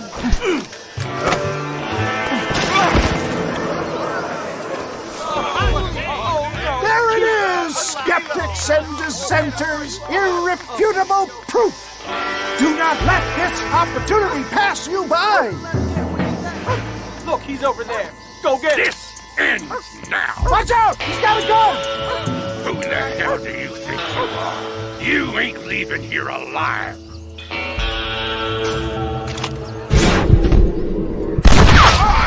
Marvelous shot, dear boy. The kind of deadly accuracy that can only be afforded by the West Dickens elixir. Come, I have plenty for all. You'll be fine. Get out of my way. Hey, where are you going? I want a bottle. Get me a bottle, please. One of them right here. Well, no harm in trying one bottle, I suppose. Well, I think that went kind of well, don't you? I'm just glad that my normal job involves either chasing after cattle or murderers. Not the likes of you, mister. Don't be like that. Now, if you'll excuse me, I'd like to say my goodbyes, head on back to the real world. Wait, sir. I've been thinking about your predicament, and I think I may have an idea. I've been thinking I could be your cunning Odysseus. Beware of the Greeks bearing gifts, sir. Williamson had better beware. We will make them into Trojans. I don't rightly get you. I want you to go and see my old friend Seth. He can come across as a little curious, but I'm sure you two will get on. He's most often found at Coots Chapel. He's very devout. Why see him?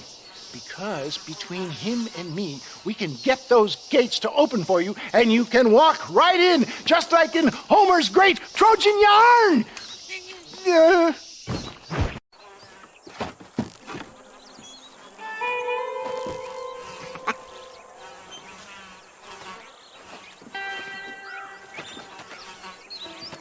Excuse me, are you Seth? Who are you? I'm a friend of Mr. Wes Dickens. My name's Marston. John Marston. Goodbye, John Marston. It's been a great pleasure. I need your help, Seth. We need your help. Me and Mr. Wes Dickens. Let me be frank for 1 second, partner. I hate people. It was people who got me in this mess in the first place. What mess? Look at me. Look, scrambling around, looking for maps, half insane. I ain't washed in 6 months. My hair falling out, my mind's going. What happened? What happened? My partner. He stole half my map. I never would have done that to him. Never. Look at me. Who did this to you? My partner. My boy, my man. Moses Ford. I don't have the facility to tell you what I would have done for that man. And what I would do to him now. Why? Because he stole half my goddamn map. And what map's that, then? The map, partner. The map that tells me where it is. Where what is, friend? I ain't telling you that. I ain't. Don't make me tell, partner. It's mine. It's mine, all mine. Sure. And where's this Moses now?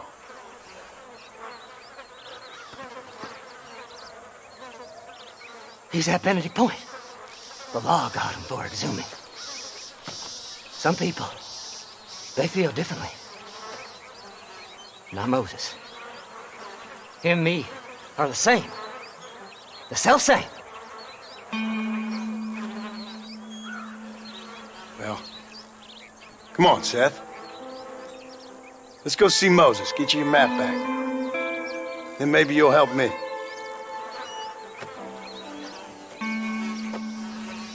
All right, partner. Let's go.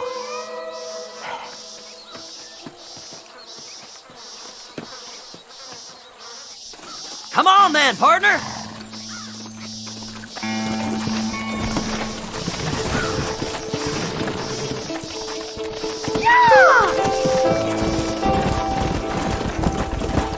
How can you think that low? Digging up graves and looting from the dead.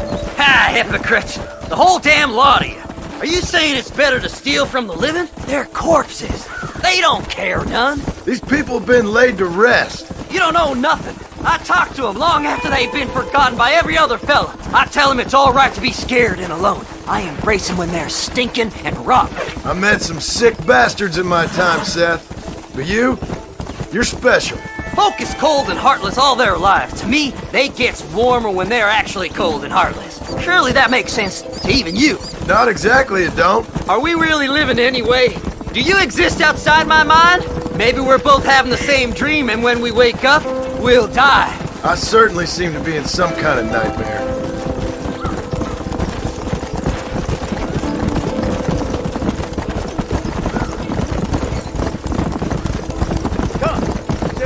Have you looked in the cave, Seth?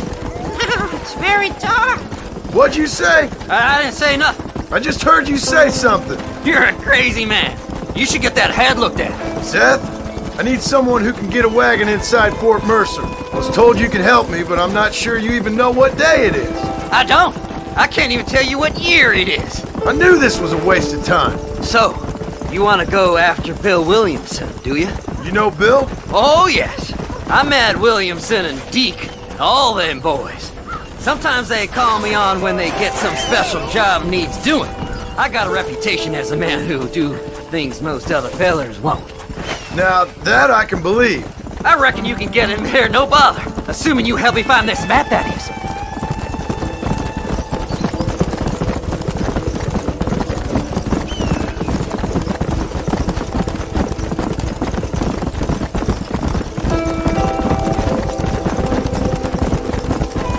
What's so important about this map?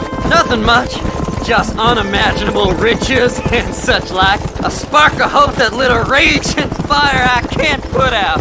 I thought as much. Another treasure hunter losing everything in the search for nothing. Oh, I lost it all, partner. My wife, my children, my business. Good riddance to them all. I don't eat, I don't sleep, I don't wash, and I don't care. I know. I can smell you from here.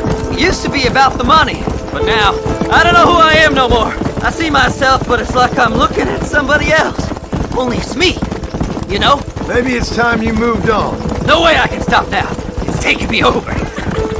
There's no difference between night and day, just darkness. I want to see the sunshine again. I've seen some candidates for Bedlam in my time, but you might just win the prize straitjacket.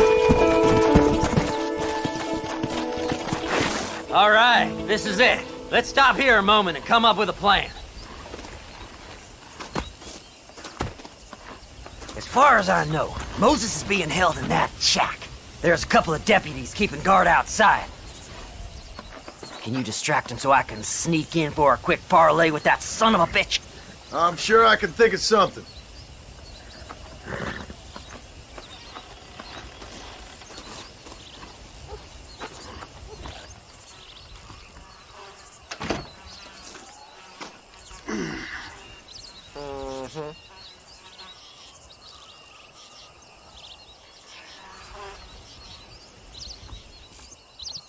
Lead them away from the shack and out of sight. Somewhere out past that hill.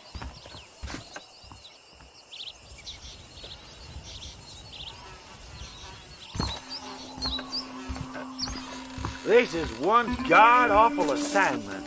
I know. This place is deader than a side of bacon. Don't you lay a finger on them horses, mister. Hey, what the hell are you doing? Let's go! Get Joe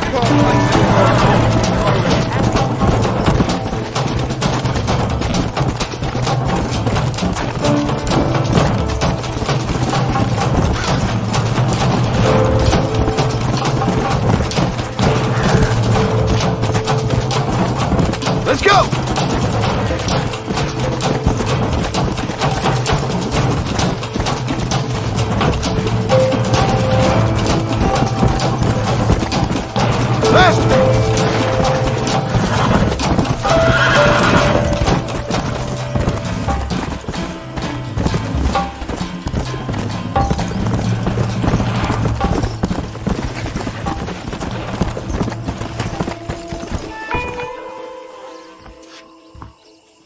Good job getting rid of them clowns. Now keep an eye out in case they come back.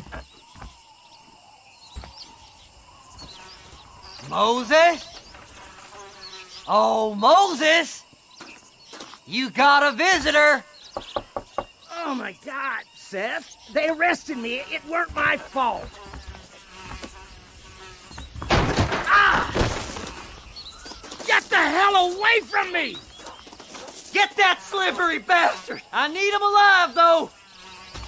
Don't trust Seth! He's sick in the mind! Yeah! You ain't the...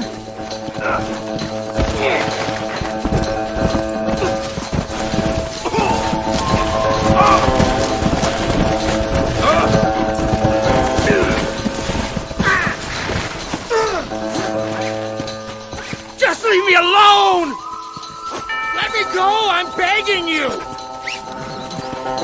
Moses, you son of a bitch! Where's my damn map? Damn you, Seth! Damn you, Seth! You've always been a twisty little freak. I ain't telling you shit. Ah! Then I'm gonna cut you up piece by piece. Till you find your tongue. Friend, this man's gone crazy in the sun. I suggest you take my advice and start talking. Shut up, Marston! I want to cut into a bona fide man's flesh. Ain't never cut into a live one before. Oddfellows Rest. It's in Oddfellows Rest. Get away from me once and for all. Well, ain't that a damn shame? I was starting to enjoy myself. I think you gone pissed yourself, Moses. Those deputies went and put a bounty on your head. Best we clear it now. Don't need the law on our backs. I don't have no money, but I got me a pardon letter. Here, take it. You earned it for helping me with the Moses. Come on, we can pay it off in the telegraph office.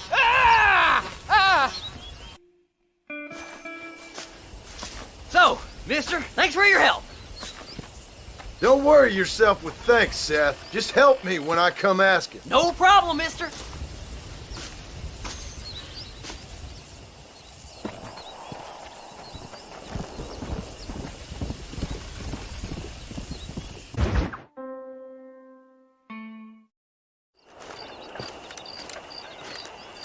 Excuse me, Mr. Marston. Have you seen my father anywhere? No. He went out this morning to ride the land and was supposed to be back hours ago. I don't know. The ranch hands have been out looking, but so far they found nothing. Well, come on, let's go look for him. Thank you, Mr. Marston. I'm sure it's nothing, but I worry about the old fool. Come on, boy! I've got a bad feeling about this. It's not like him to be away for so long. Don't worry, we'll find him. He's not as young as he used to be.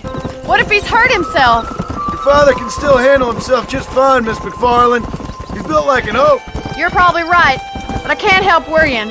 He's all I've got. Don't you have any brothers or sisters, Miss McFarland? I had 6 brothers, but 5 of them died, either from sickness or foolish choices. And the other one? He left for the east and never came back. Must be getting on for 10 years ago now. He's a high and mighty banker in New York, according to his last letter. He should be here, helping you and your pa. I don't want his help. He can live his life any way he wants. But when I see those city fellers coming in on the railway, all dressed up like a sore toe, I fear a little for his soul. He switched his saddle for a tie, and that's fine. I just never met a man in a tie I could trust. Look, I think I see someone.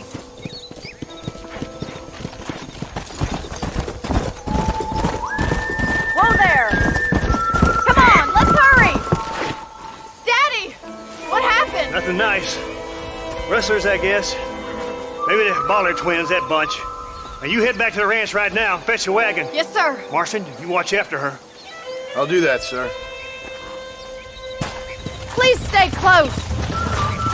Idiot! Giddy up! What could have happened to those poor men? And their horses were dead, too. I think we should get back there as soon as we can. Who could have done something like that? Your boss seemed to have an idea who it was. Let's just do what he says and get the wagon. Those damn rustlers! I've got a good mind to head over to Pike's Basin myself. I don't think that's a good idea. And you're no better. How many men have you killed? Do you really want to know? It's disgusting. You never met the men I killed. I heard the way you talk about that gang you were in, like there was some twisted morality to what you did. We all have a code. Only some of us don't realize. The outlaw with the code? How wonderfully romantic. The reluctant murderer, the noble criminal. There's nothing more depressing than a man who's found a way to think the bad into... Look, Mr. Marston! The barn is on fire! Yeah!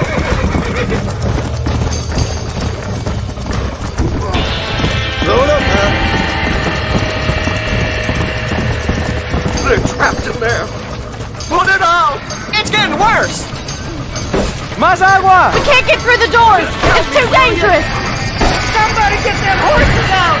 Try and get in through the loft, Mr. Marston! Follow the windmill! Los caballos! Come on! There ain't enough of us! This ain't working! He got the door open!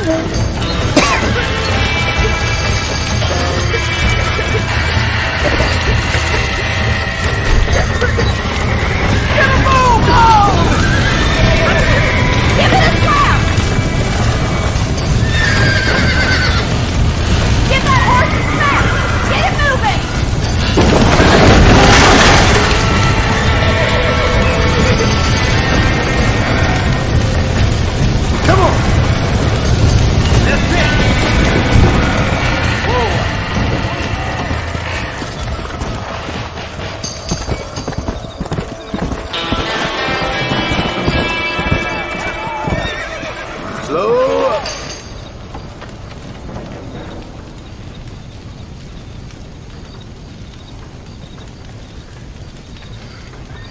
sure know how to handle yourself. Thanks, Marston. Yes, John, thanks. You saved the ranch. If you'll excuse me, I've got chores to attend to.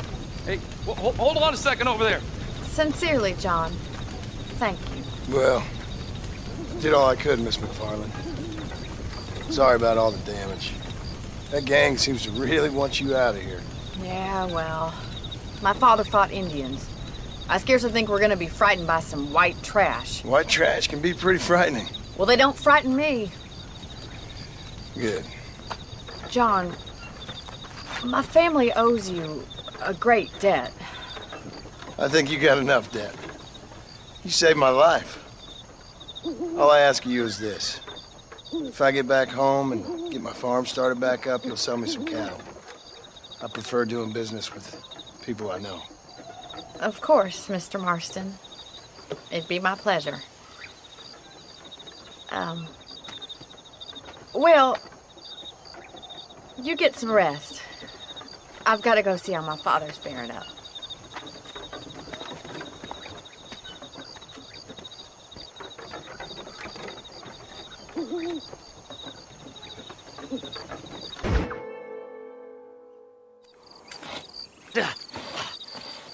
Seth. Hey, John. Hey, partner. You what you need? You ready to help me? Not quite. Not quite ready. You see, I wasted a bunch of time looking for that last bit of map. And I got to thinking, Moses was a liar. And I imagined myself doing all kinds of unpleasant things to his corpse. And then I realized... Realized you were sick in the head? That you needed to move on with your own limited time on Earth? No, partner. I realized Moses were no liar. The issue was Aiden O'Leary, who said he had the body. Aiden died in that flu epidemic, and the bodies weren't even buried yet. Got the body sitting in the back of that wagon behind you? Yes, sir. You're not even gonna wait until they're buried before you... Well, they don't care, do you, boys? Honest folk off to a better place. Apart from that Aiden O'Leary fella, I never liked him. They say he lay with his sister. I don't like women, partner. I don't. Not since Mammy died. Seth, what are you gonna do with those bodies? I'm gonna take them back to a nice quiet spot and look for the map. I needs the map, partner. I needs it. I think we should be getting out of here, partner. All right. I know a secluded spot where we can search these sleeping beauties.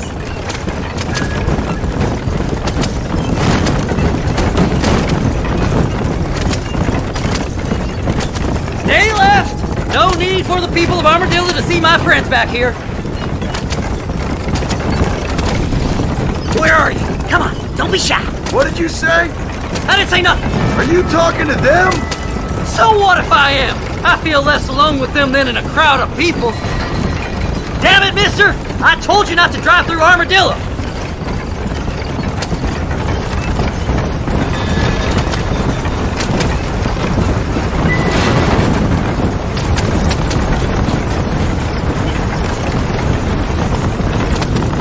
They're coming after us!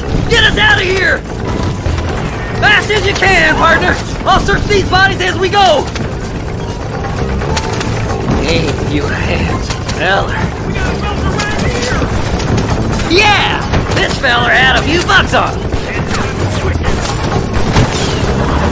So, I guess this is goodbye. I'm not the guy to mess with. Hey, this fella's a little right. Bet he's got something on him. Will you be my friend? Well, look at this. Some elixir.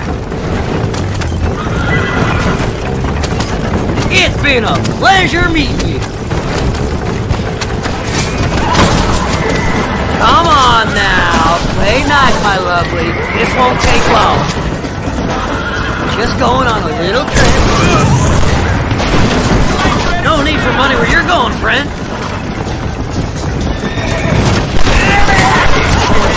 partner. Be seeing you very soon.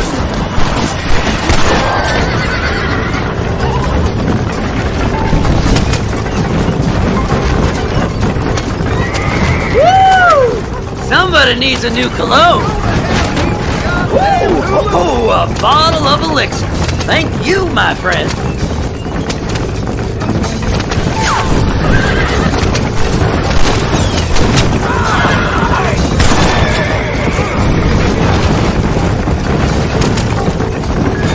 See, we're one big happy family.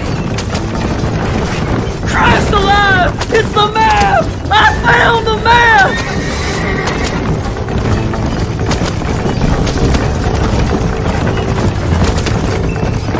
Looks like the treasure's in Tumbleweed. That's where I was headed. It's fate. Keep going. We're almost there.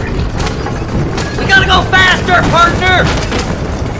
Finally, months of searching. I'm gonna be rich beyond my wildest... Thanks, mister. I reckon I'll sit here a while trying to figure this out. I'm gonna be rich. When you're done with that, get over to Fort Mercer. I need you inside that place. After I find my treasure, mister.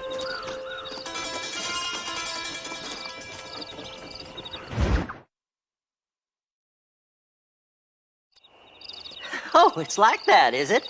Huh? Not talking to Seth today? Oh, the old silent treatment. Oh, whoa, whoo-hoo. That's quite a stimulus. Hey, Seth. Seth, come back here. Oh, hey, partner. I was just looking for you. Looking for me? What? Over there? How you doing? I'm good. Well, see you later, partner. Where you going, partner? Nowhere. Okay. Nowhere wouldn't happen to be where that thing you're looking for is kept, would it? No, sir.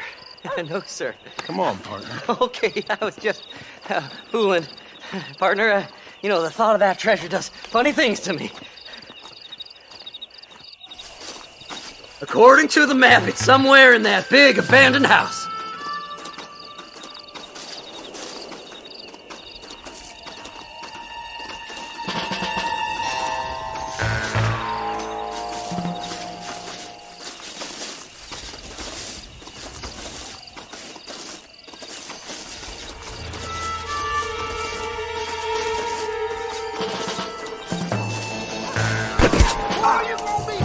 It's an ambush!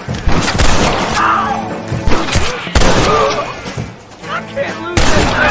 Not now! You gotta help me!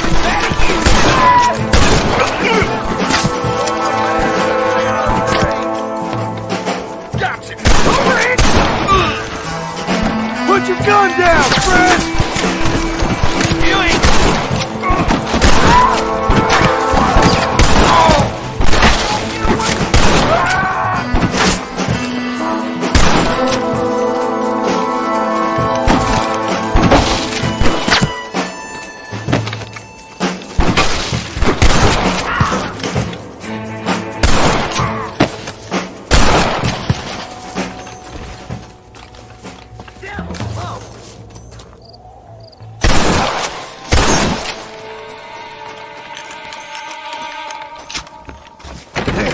Locked.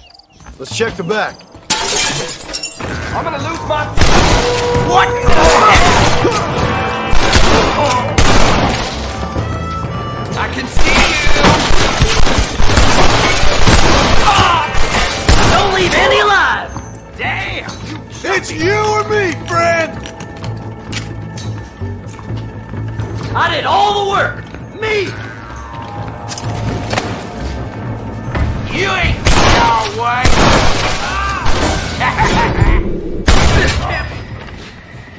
Just give it up!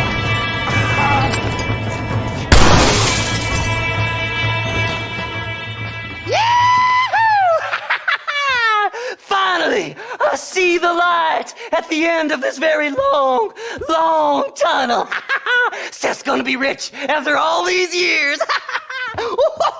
It's silk sheets and Parisian whores from now on, mister.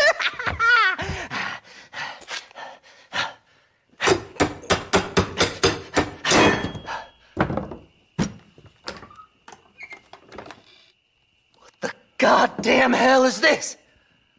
A glass eye. I'm sure whoever that belonged to treasured it very much. Stupid liars. Those stupid chicken shit maps. Making a damn fool of me. A glass eye! It's a glass eye! Stop with the tears and help me with Williamson's gang. And you can come up with another excuse to go exhume one of your old friends.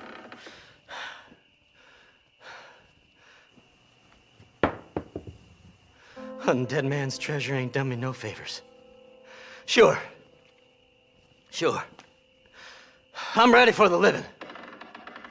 I'll see you and Mr. West Dickens over at Fort Mercer when you gentlemen is ready.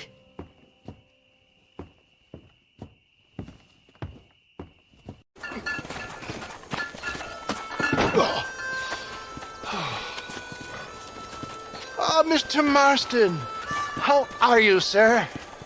I'm all right. I met up with your friend, Seth. Oh, Seth of the Dead. Yes, interesting fellow. You don't meet many men these days with the moral fortitude to cut straight to the chase like that, do you? Thankfully not, Mr. West Dickens. Yes, contemporary society is remarkably harsh on professional exhumers. But did you know that in ancient Egypt, it was an art form valued more highly than literature? I believe Seth comes from that school of thought. How very interesting. Look, you thought any more about our plan? Your plan, dear boy. Your plan. I am merely the help, not mercifully the arbiter of wisdom. What you are, dear boy, is the man whose life I've saved twice now. A man who sells lies and deceit to unwitting people. A man who, if he doesn't help me, I won't think twice about putting a bullet through his skull, feeding to the vultures myself. You see, Mr. Marston, you have the exterior of a violent man, but the soul of an angel, and that is what I think I cherish most about you. That's what I thought. But before we can attend to your particular problems, we need some extra lubricant to oil the machinery of business. And this being America, that lubricant with which we concern ourselves is money. Money? What are you talking about? Oh, we need weapons.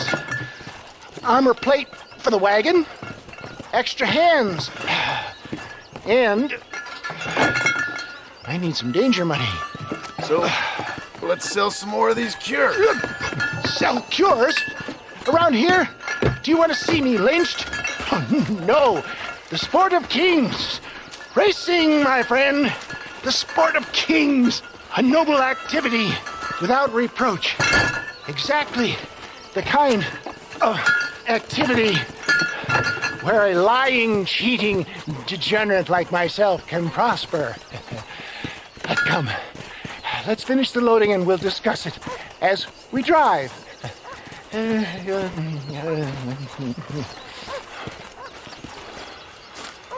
Now, sir, to get to the breach.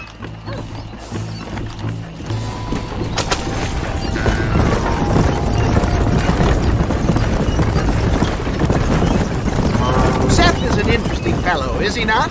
I wouldn't say interesting, more deeply disturbed. I can see why you two get along. I see the good in everybody, John. It's a flaw of mine. I have a soft spot for life's flotsam and jetsam. Connection with him, more like. You and Seth have a lot in common. You both rob people, for one. Mind you, at least he waits until they're dead. Ah, my dear boy. Nobody is more critical of drinkers than a drunk who's mended his ways. What are you talking about? Come on now, John. I've heard about you. You spent your life robbing people. It's a little inappropriate to be taking the moral high ground now. I had the courtesy to put a gun in their face. Whatever helps you sleep easily at night. We stole from those who had too much. We tried to give to those who had too little. A Robin Hood with spurs. Oh, romantic. You expect me to believe that, poppycock? Maybe I'll have the good fortune to be able to leave my nefarious life behind one day and work on the government's dime. Don't talk about things you don't understand. Dear, oh dear, simmer down, my boy. You need to start appreciating your friends more. Folks around here don't see you as any different from Bill Williamson. I didn't think I'd have to huckster snake oil and dig up the dead, that's all. Take it from me, John. Elaboration is the key to success. I can help you. Seth can help you. It's business. Nothing more, nothing less. There's no need to make it quite so personal. Suits me.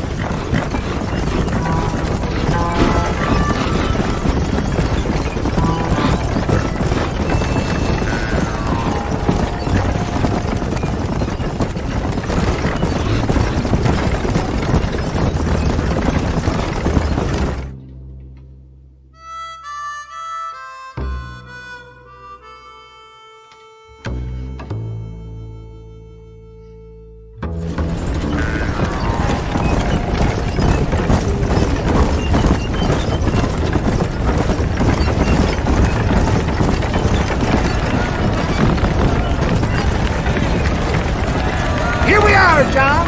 Gap tooth breach.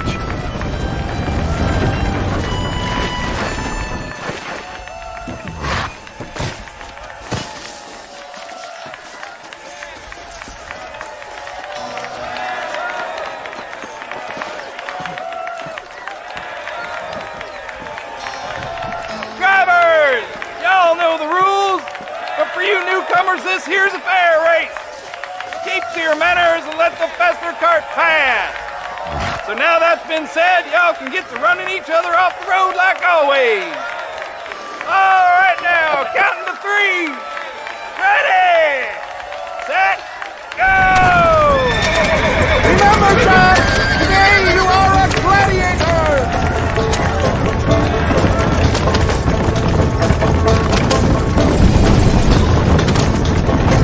Goddamn son! Not long. Time to make this into a race. Come on, girlie.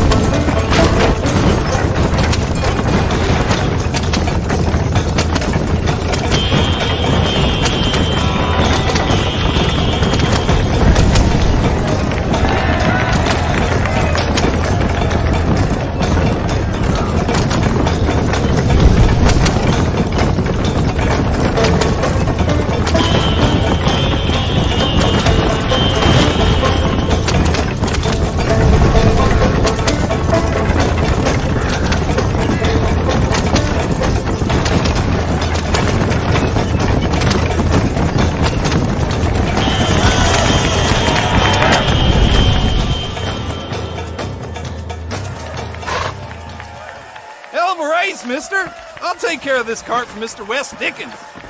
Come on, John. I suggest we beat a hasty retreat.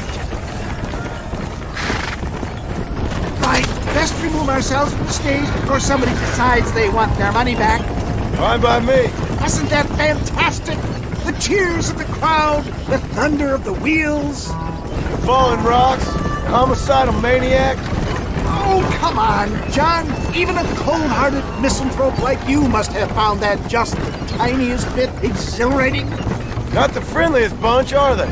They take their racing very seriously in these parts, and your participation was not entirely pre-approved. That was clear. Ah, sport, war, and heartache. The guilty pleasures of mankind since the dawn of time. I'd get away from the men we just swindled before you start waxing too lyrical. Yes, of course.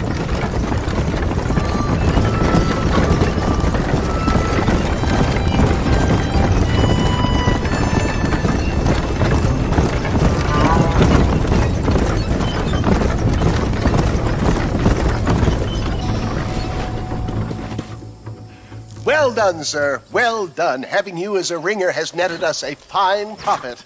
We seem to be wasting time, old man. Oh, patience, my friend. The Trojan horse cannot run before it can walk, if you'll forgive the metaphor. Next, we need to procure some grand and overwhelming firepower. And for that, you need to contact an old friend of mine. Goes by the name of Irish. Irish? Yes, he's an interesting kind of fellow. He usually can be found in Armadillo or some other town around here on some bacchanalian revel or such. Great. An alcoholic arms dealer. What could be better?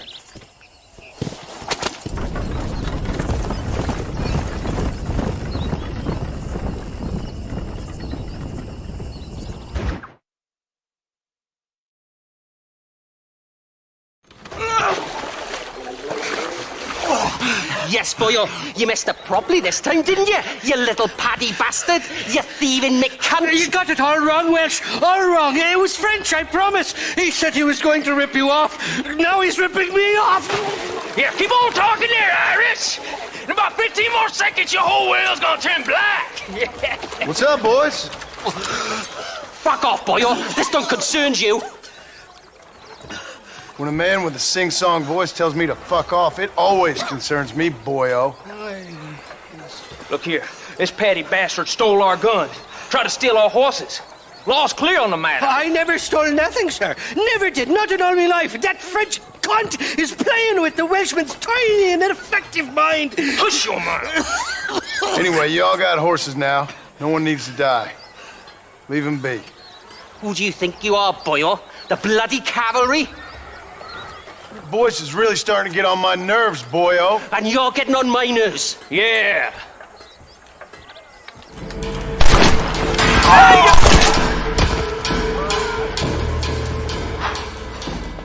Mr. Nigel West Dickens said you'd help me locate a machine gun.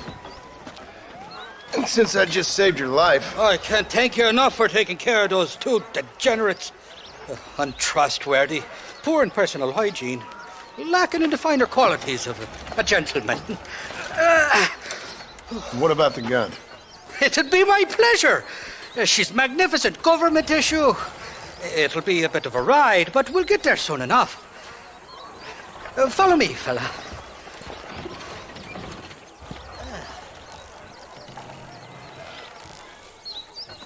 Let's get this over with. The saloon's calling me. Come on then, let's find this guy.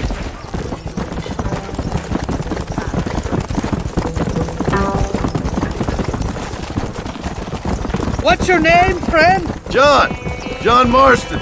Stroke of luck you came along, fella. I thought I'd drunk me last breakfast there for a second. Who were those fine specimens of humanity? They was me only friends in the world. And boy, am I glad to see them bastards dead. We all met on the boat over a few years back, we did. Thick as thieves ever since, and that right there was the problem. Is it normal for friends in Europe to drown each other? Never trust a Welshman, me pa always told me. And he got his throat slit, so he should know. The kind of fellows who will steal an egg from a blind sow and then kick her for squealing. And as for that French bastard... He didn't sound very French. Not for now. The thieving bastards are holed up at the cabin by the lake. Can't wait to see the look on their faces when we blast in there. They'll be more surprised than a slut dog with their first porcupine. You best not be lying to me. Listen, fella, I didn't ask for your help back there. I don't owe you nothing. I'll decide what you do and don't owe me. I've had enough of your overly aggressive manner, fella. You don't know who you're dealing with here. Irish, I've met enough men like you to last me a lifetime.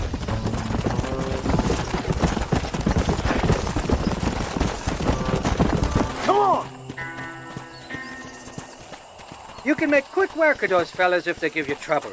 The gun's stored just inside that shack. What about you helping me out? I'll cover you from the ridge. I'm better from long range. It'll be a piece of cake, fella. Trust me. Yeah! You ain't welcome here, mister. Who the hell are you?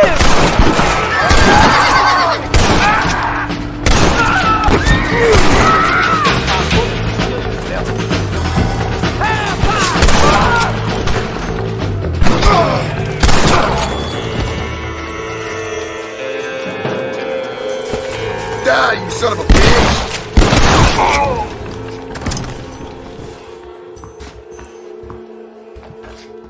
It's not here.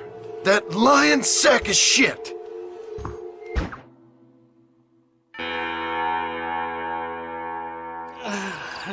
Mighty fine cards that you got there, young lady. I got you. Let hungry Irish honey.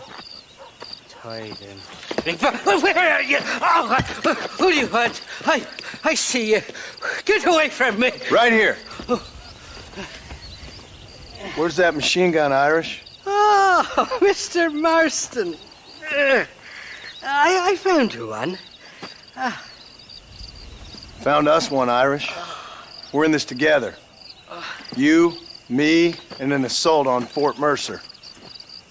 I'm the guy that saved you from getting killed back there, and who you owe your life to, remember? Not really. Happens to me all the time. You don't want it to happen to you again, do you, Irish?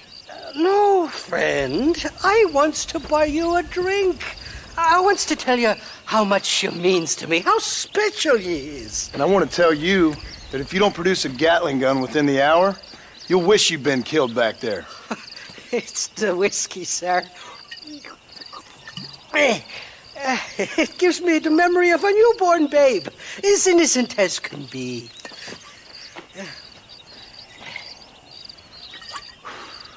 And it makes me violently angry. Shall we go look for that gun, sir? Yes. Let's do that.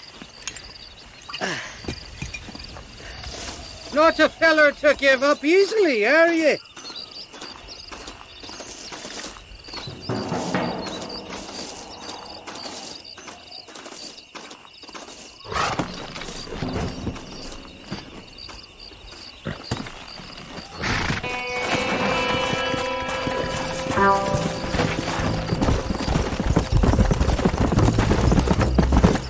I love me faithless Flora, the lily of the west. You're not gonna pass out on me, are you, Irish? Me? No, I'm right as rain. Or at least somewhere stuck between fair and meddling. Well, you're gonna be stuck somewhere between dying and dead if you try to cross me again. It weren't like that at all, feller. Me intentions were pure. I swear it on me poor mother's life. I just gets a tad confused from time to time. Honest mistake. If there's any more confusion, I'll finish what your friends in Armadillo started. Jesus! You're an impatient bastard, aren't you? Where's the gun, Irish? I hear some miners been blabbing about a machine gun they found. Apparently, they got it stashed up at Gaptooth Breach. What do miners want with a machine gun? Shoot it at somebody, I suppose? Or sell it? I don't know. Never been down a mine in all my life. Sounds real fishy to me, Irish. I've just about had it with you and your games. You and Wes Dickens are so crooked, you can swallow nails and spit out corkscrews. Maybe if you was more cordial with folks, they might be better inclined to help you. I saved your life and you repaid me by lying, nearly getting me killed. Not fair now, Johnny. We should go around the side of Gaptooth so the miners don't see us coming. I still don't know what miners would want with a machine gun. Miners are always fighty bastards. Spend too long without daylight and doxies and it starts playing with your mind. I never heard so much shit come out of one mouth. Only telling you what I heard. Oh, and we'll need a wagon or something to get it out of there. That gun's heavier than sin. So how was I supposed to move it by myself last time? You two-faced little bastard. Stop, damn it. Here we are. Let's stop here a moment to get a lie of the land.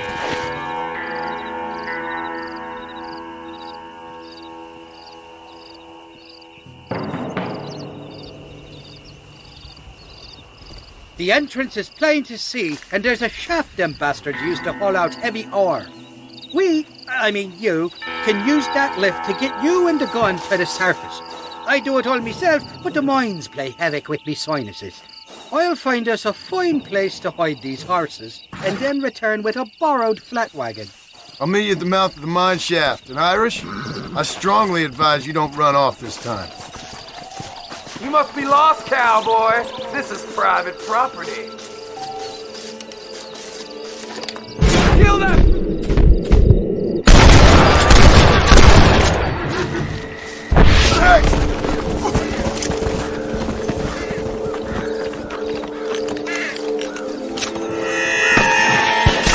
That's too damn close! Who the hell are you?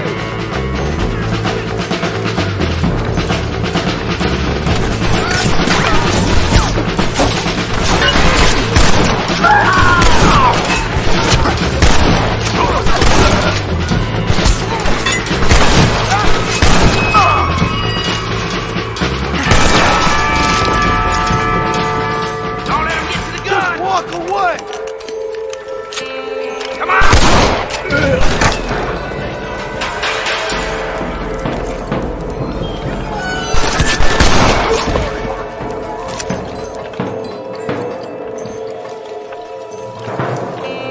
Follow me! What are you waiting? I ain't got no time for nonsense!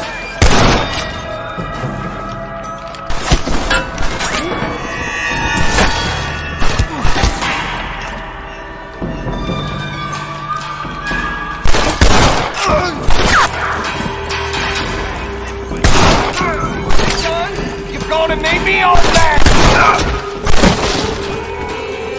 Run away, pal! I'm gonna kill you, what's good?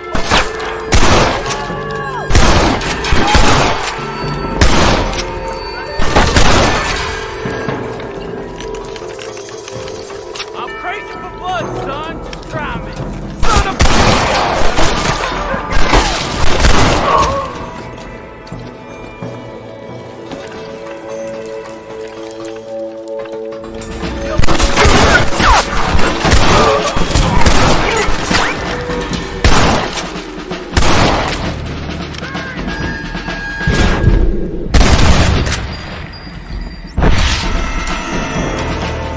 I warned you, didn't I?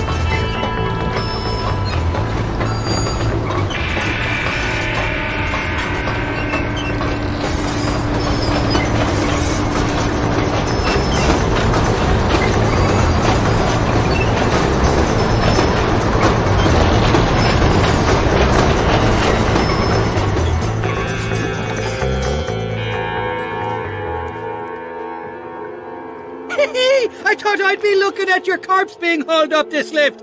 Load up and I'll engage the gears.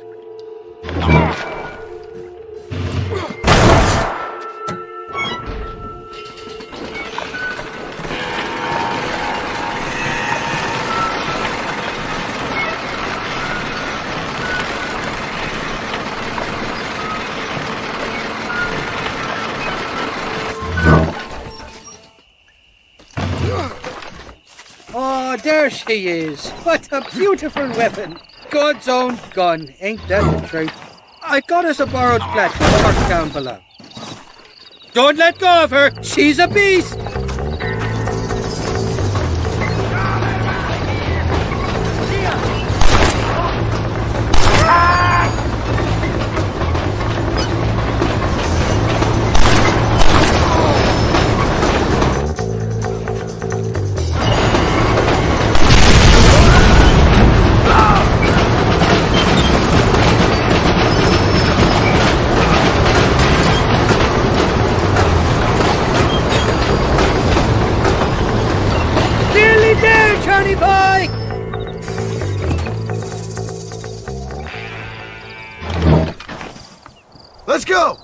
A short wee ride now, and we'll have this executive peacemaker delivered to Old West Dickens.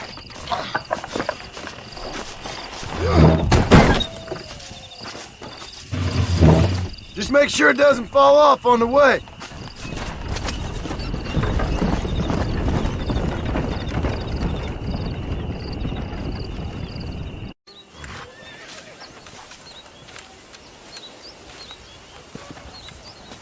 Mr. Marston, sir. John Marston. Mr. Marston, don't be so childish. Come on, sir, I implore you. Okay, so I made a few innocent mistakes when last we met. But my plan is still sound. Together we can conquer, if not the world, then certainly Bill Williamson. But first, you need me to do you a favor? You read my mind. I can only deduce you've been taking my tonic, sir, as instructed. It can give the most ordinary of intelligences a remarkable insight. I'll give you insight. I'll show you what your guts look like. Please, sir, this show of petulance is nothing short of embarrassing. Think for a moment, sir. Think. I'm thinking about how much of my time you're wasting. Sir, I am about to do something which I greatly discourage in all wise and rational men. A selfless act for you. But, sir, before I act selflessly, allow me to act selfishly and sell some of my wares. Fair enough. Oh, good, sir. Come, and let's go visit some of our fine friends in the other oil business we have here in Plainview. These men need all the help they can get.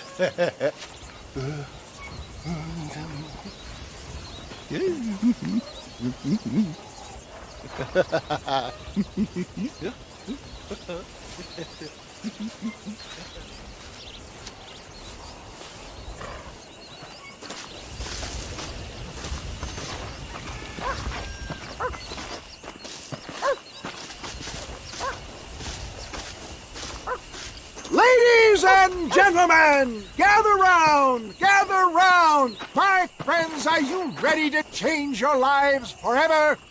Friends, hardworking souls of Plainview, do you suffer from rheumatism, lumbago, acute chronic sciatic, neurologic, or inflammatory pain? Well, I represent the only company that makes the genuine article which cures headache, neuralgia, toothache, earache, backache. Well, this man is a fucking charlatan. He just got done swindling us down at Cho Springs with this song and dance. I say we tar and feather him right now. I say we shoot the bastard. I think it's time we take our business elsewhere. I apologize if science is not your forte. Good day, one and all.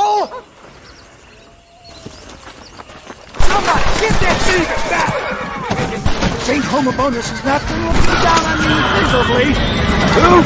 Homobonis, the patron saint of businessmen. I'd say he's giving you your just desserts. No, poppycock. Those inmates were clearly informed of my refund policy. You can only shit on people for so long before they decide it's their turn to pull down the pants. A crude metaphor in every sense of the word, my dear boy. You leave the business to me. Do I try to tell you how to rob banks? Robbing banks felt more honest than this. Good job.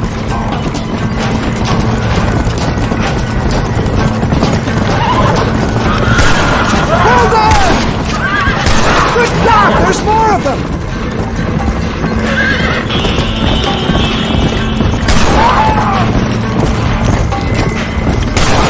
Fine shot, my boy!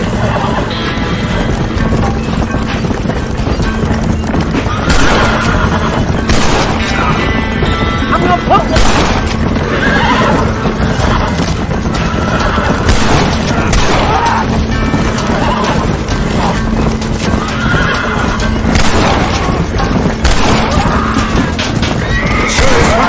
Along, you did.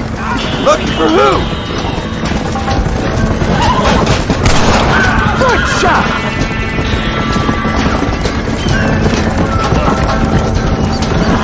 Well, it looks like the global expansion of your West Dickens elixir might have come a cropper.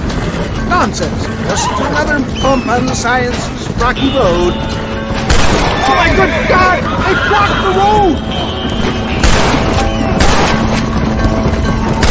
I hope you got money for a funeral! Excellent, John! Now let's make haste for Cueva Seca! Damn it, blast! What do these numbskulls expect? Miracles? Well, that's about what you've been promising them. Keep your eye out, John.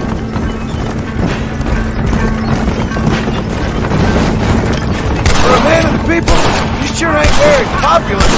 I am up against the weight of premium ignorance, my boy.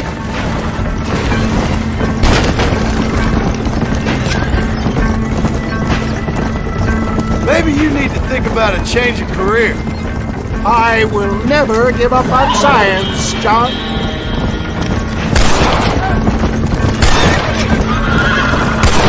I'll show him respect science! How can these people harbor such bitterness? Well, I ain't surprised. That tonic I drank at Ridgewood went through me like a dose of salt.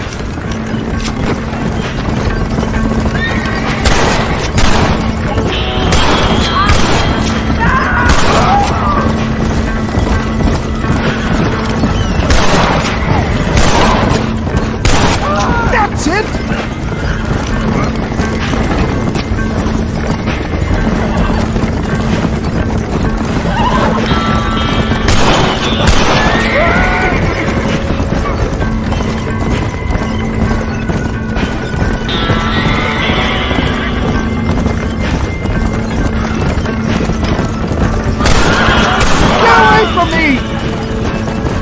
Put your gun down, friend!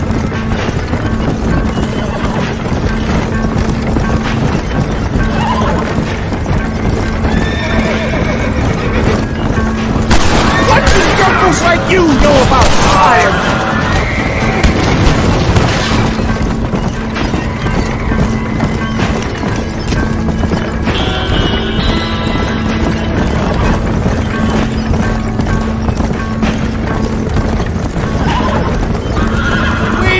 John, there's Cueva Seca up ahead.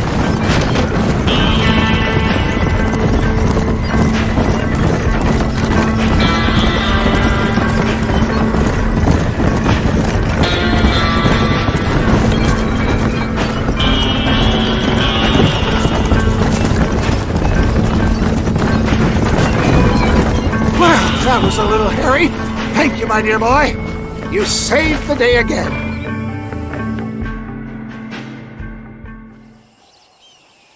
Always impresses me with the speed with which a group of men can turn from passive sheep into murderous wolves. I'm impressed with how you nearly got us killed back there. Well, yes, perhaps we should shelve the tonics business for a period.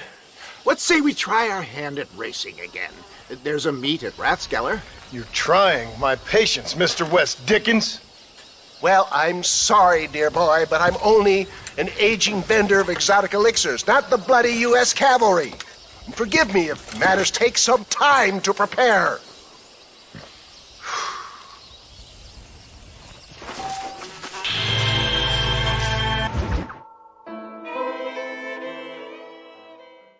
Up, sister.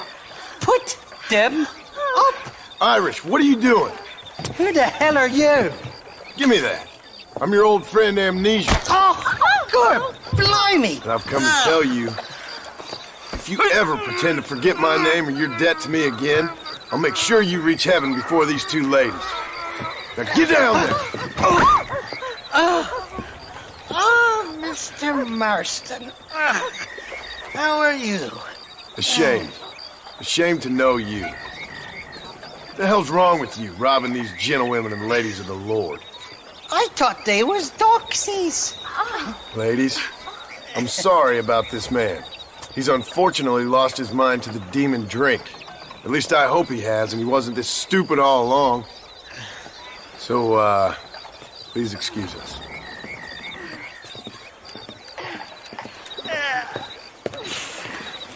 Now, Irish, that Gatling gun doesn't work. I find that rather upsetting, don't you? Oh, heartbreaking. Which is why I was just coming to see you when the drink got the better of me. Come on. I know where we can find the parts for you. Mother fecking Mary. How about a drink or two, mister? I'm a married man. What you looking at? What you looking at? Huh? I can't stand to see a man walk around with such a dry pecker. Can I help? Drunk as I am, my prick's in fine working order. What a lusty specimen you are. I like That fresh air's got me head spinning like a top. Can't be good for a fella. Shut up, you lazy drunk, before I stop your head spinning with a bullet. I resent that, Johnny. I've been working like a beaver on your behalf. You've been working like a weasel on my behalf. Bushwhacking defenseless ladies of the cloth? You must have been raised on sour milk, Irish. What are you talking about? I'm a good Catholic boy. You're a booze-blind coward. And you're a hypocrite, Marston. You've robbed just as many innocent folks as me. I tried to only rob those who had more than they deserved. Christ, the church has more money than anybody. Your brain gone bust? Where are we going, Irish? Just to the warehouse here in Thieves Landing. I'm telling you, Johnny boy, it's all set up. We're meeting this pal of mine at the back door of the office. Hobble-tongued feller by the name of Shaky. And he's got the ammunition we need? Jesus, stop fretting, will you? I knows about guns front, back, and sideways. You're gonna be real familiar with mine if things keep on this way. All right, we're here. Stay close.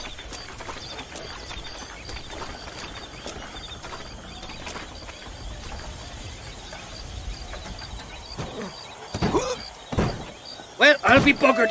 This door was supposed to be unlocked. Oh, well, we'll go around the back. Shaky's probably waiting for us there. I'm beginning to lose my patience.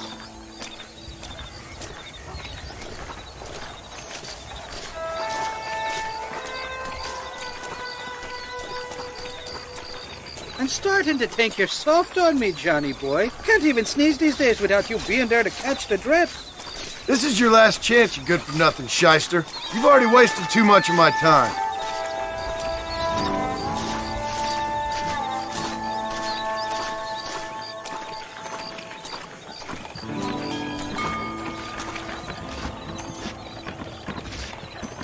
Keep your eyes open. Shaky's all right, but I don't trust the gang of fools he runs with.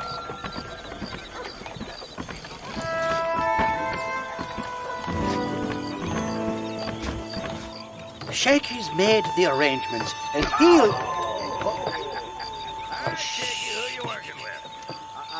Oh, shite. Sounds like Shaky's only gone and got himself found out. All right.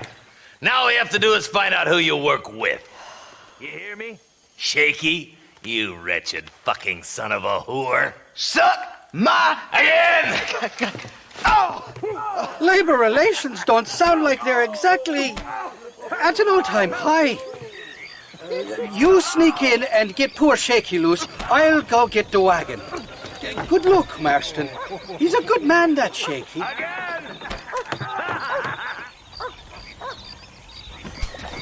All right, work your usual magic. I'll go get the wagon ready.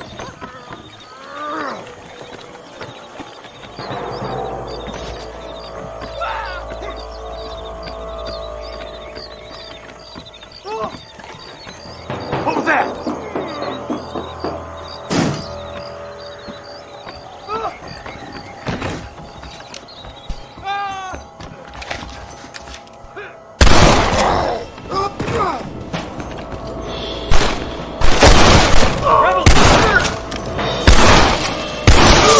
Hurry! Get these ropes off! I thank you for your kindness, mister. I thought I was dead, man. My kindness is only as good as the bullets you can fetch up for me and your friend Irish. Let me down, and you'll be a dead man. This is gonna be one hell of a fight. All right, let's get out of here while we got the chance.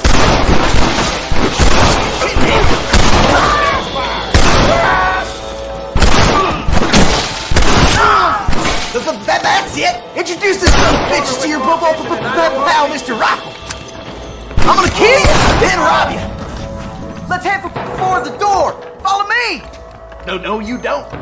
Go on, you open the door. I'll cover you.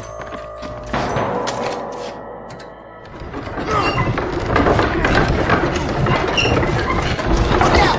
More of them bastards!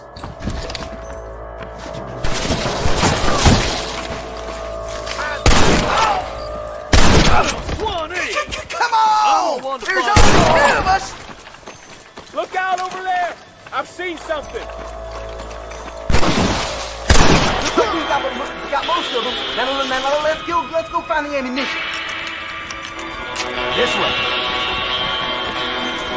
Shit! There's a bunch more of them out by the crates!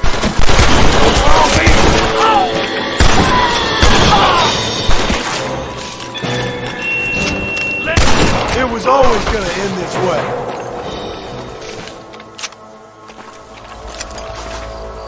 Oh my God!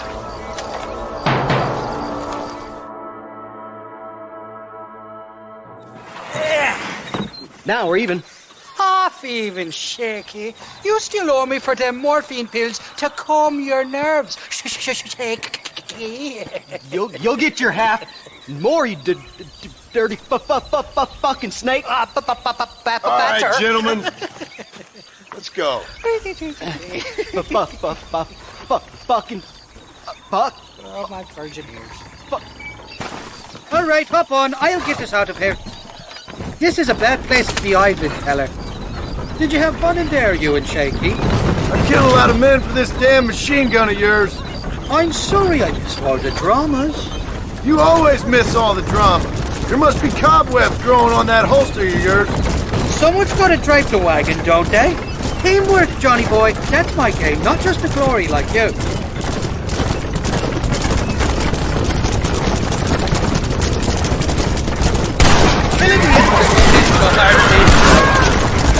Shite! They're coming after us!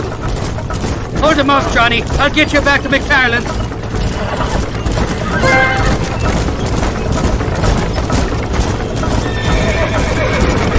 They're not giving up, are they?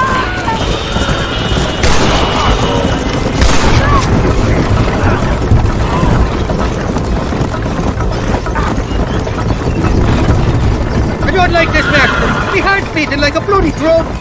Just drive, Irish. You're acting like a schoolgirl.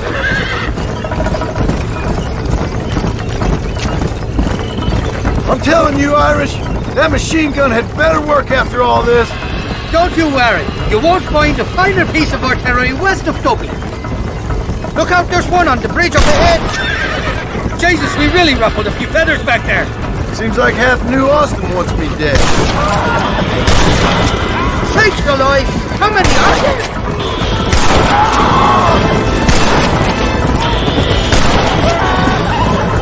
You know how this is gonna end! I don't know if I can take much more of this. They're shooting right at me! Jesus, somebody wants that ammunition real bad.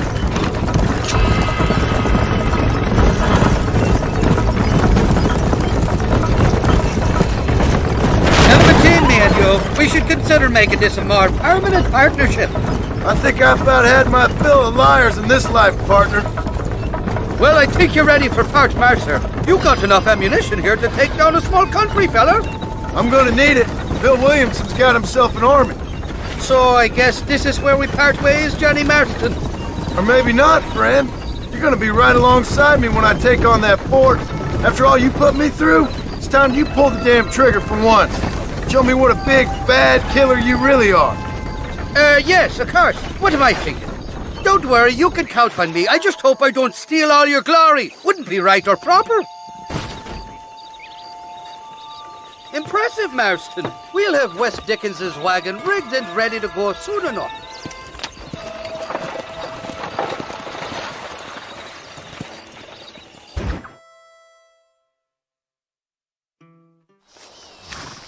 Mr. West Dickens! Ah, Mr. Marston! How wonderful to see you, sir. How wonderful. Are we ready then? Yes, sir. Nearly, sir. Very nearly, sir. I just need some cash to get some extra hardware fitted to my old Trojan horse here. Your what? Never mind, sir. I can only presume that you have not enjoyed the benefits of a classical education, so I will not take umbrage if some of my illusions sail over your head, sir. I won't pretend to understand you, but I will endeavor to make you understand me. Either we do this right now, or I put a bullet in you and get on with my day. Please, I knew you were a violent man, Mr. Marston, but I did not think you were a stupid one. We need money to outfit my carriage, to turn a simple tradesman's vehicle into something more subterfuge.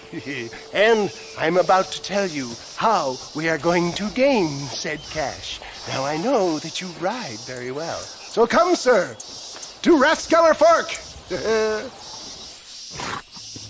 Let's go, my dear boy. I'll show you the way.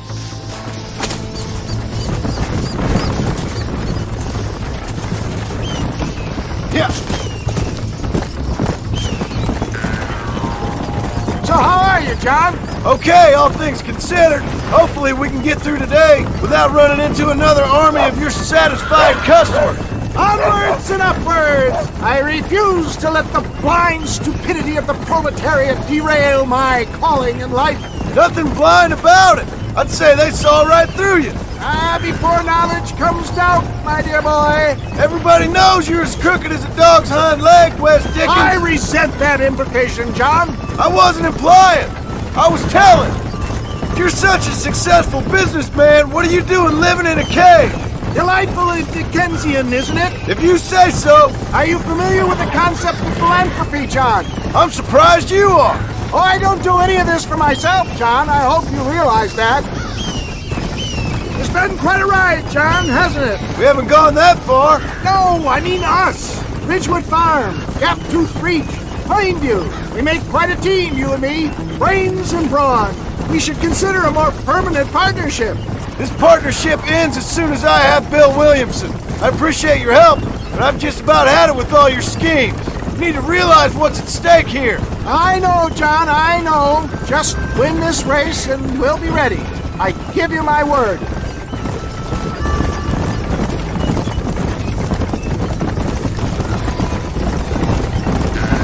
There it is, John. Rathskeller Fork.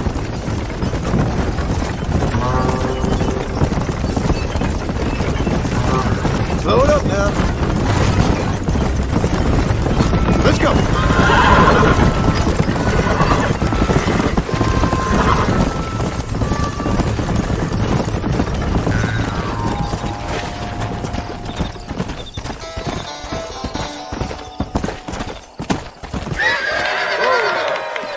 Gentlemen, this will be a fair race. No shooting, stabbing, cliff pushing, rock throwing, cactus grinding, neck lassoing, setting fires, or other acts that causes a rider to unfairly lose his way, or bleed heavily, or black out. Get yourselves ready. Set. Go! Yeah!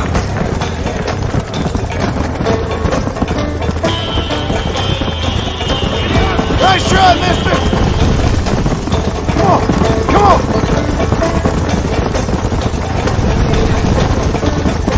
I ain't waiting around! Yeah! Yeah! Come on! Come on!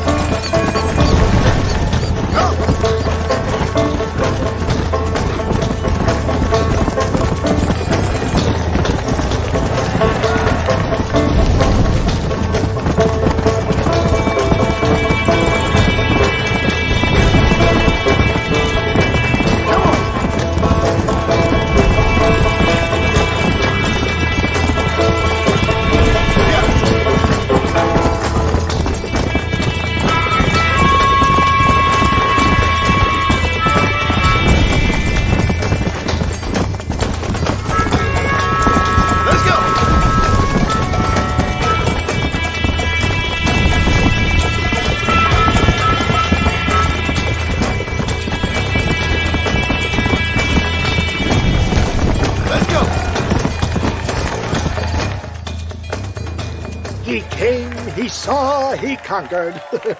What a fantastic spectacle, John. Let's take a moment to bask in the glory of our victory. Have we got enough money now? All right. Yes, once Seth and Irish have furnished their side of the bargain, I think we should be ready.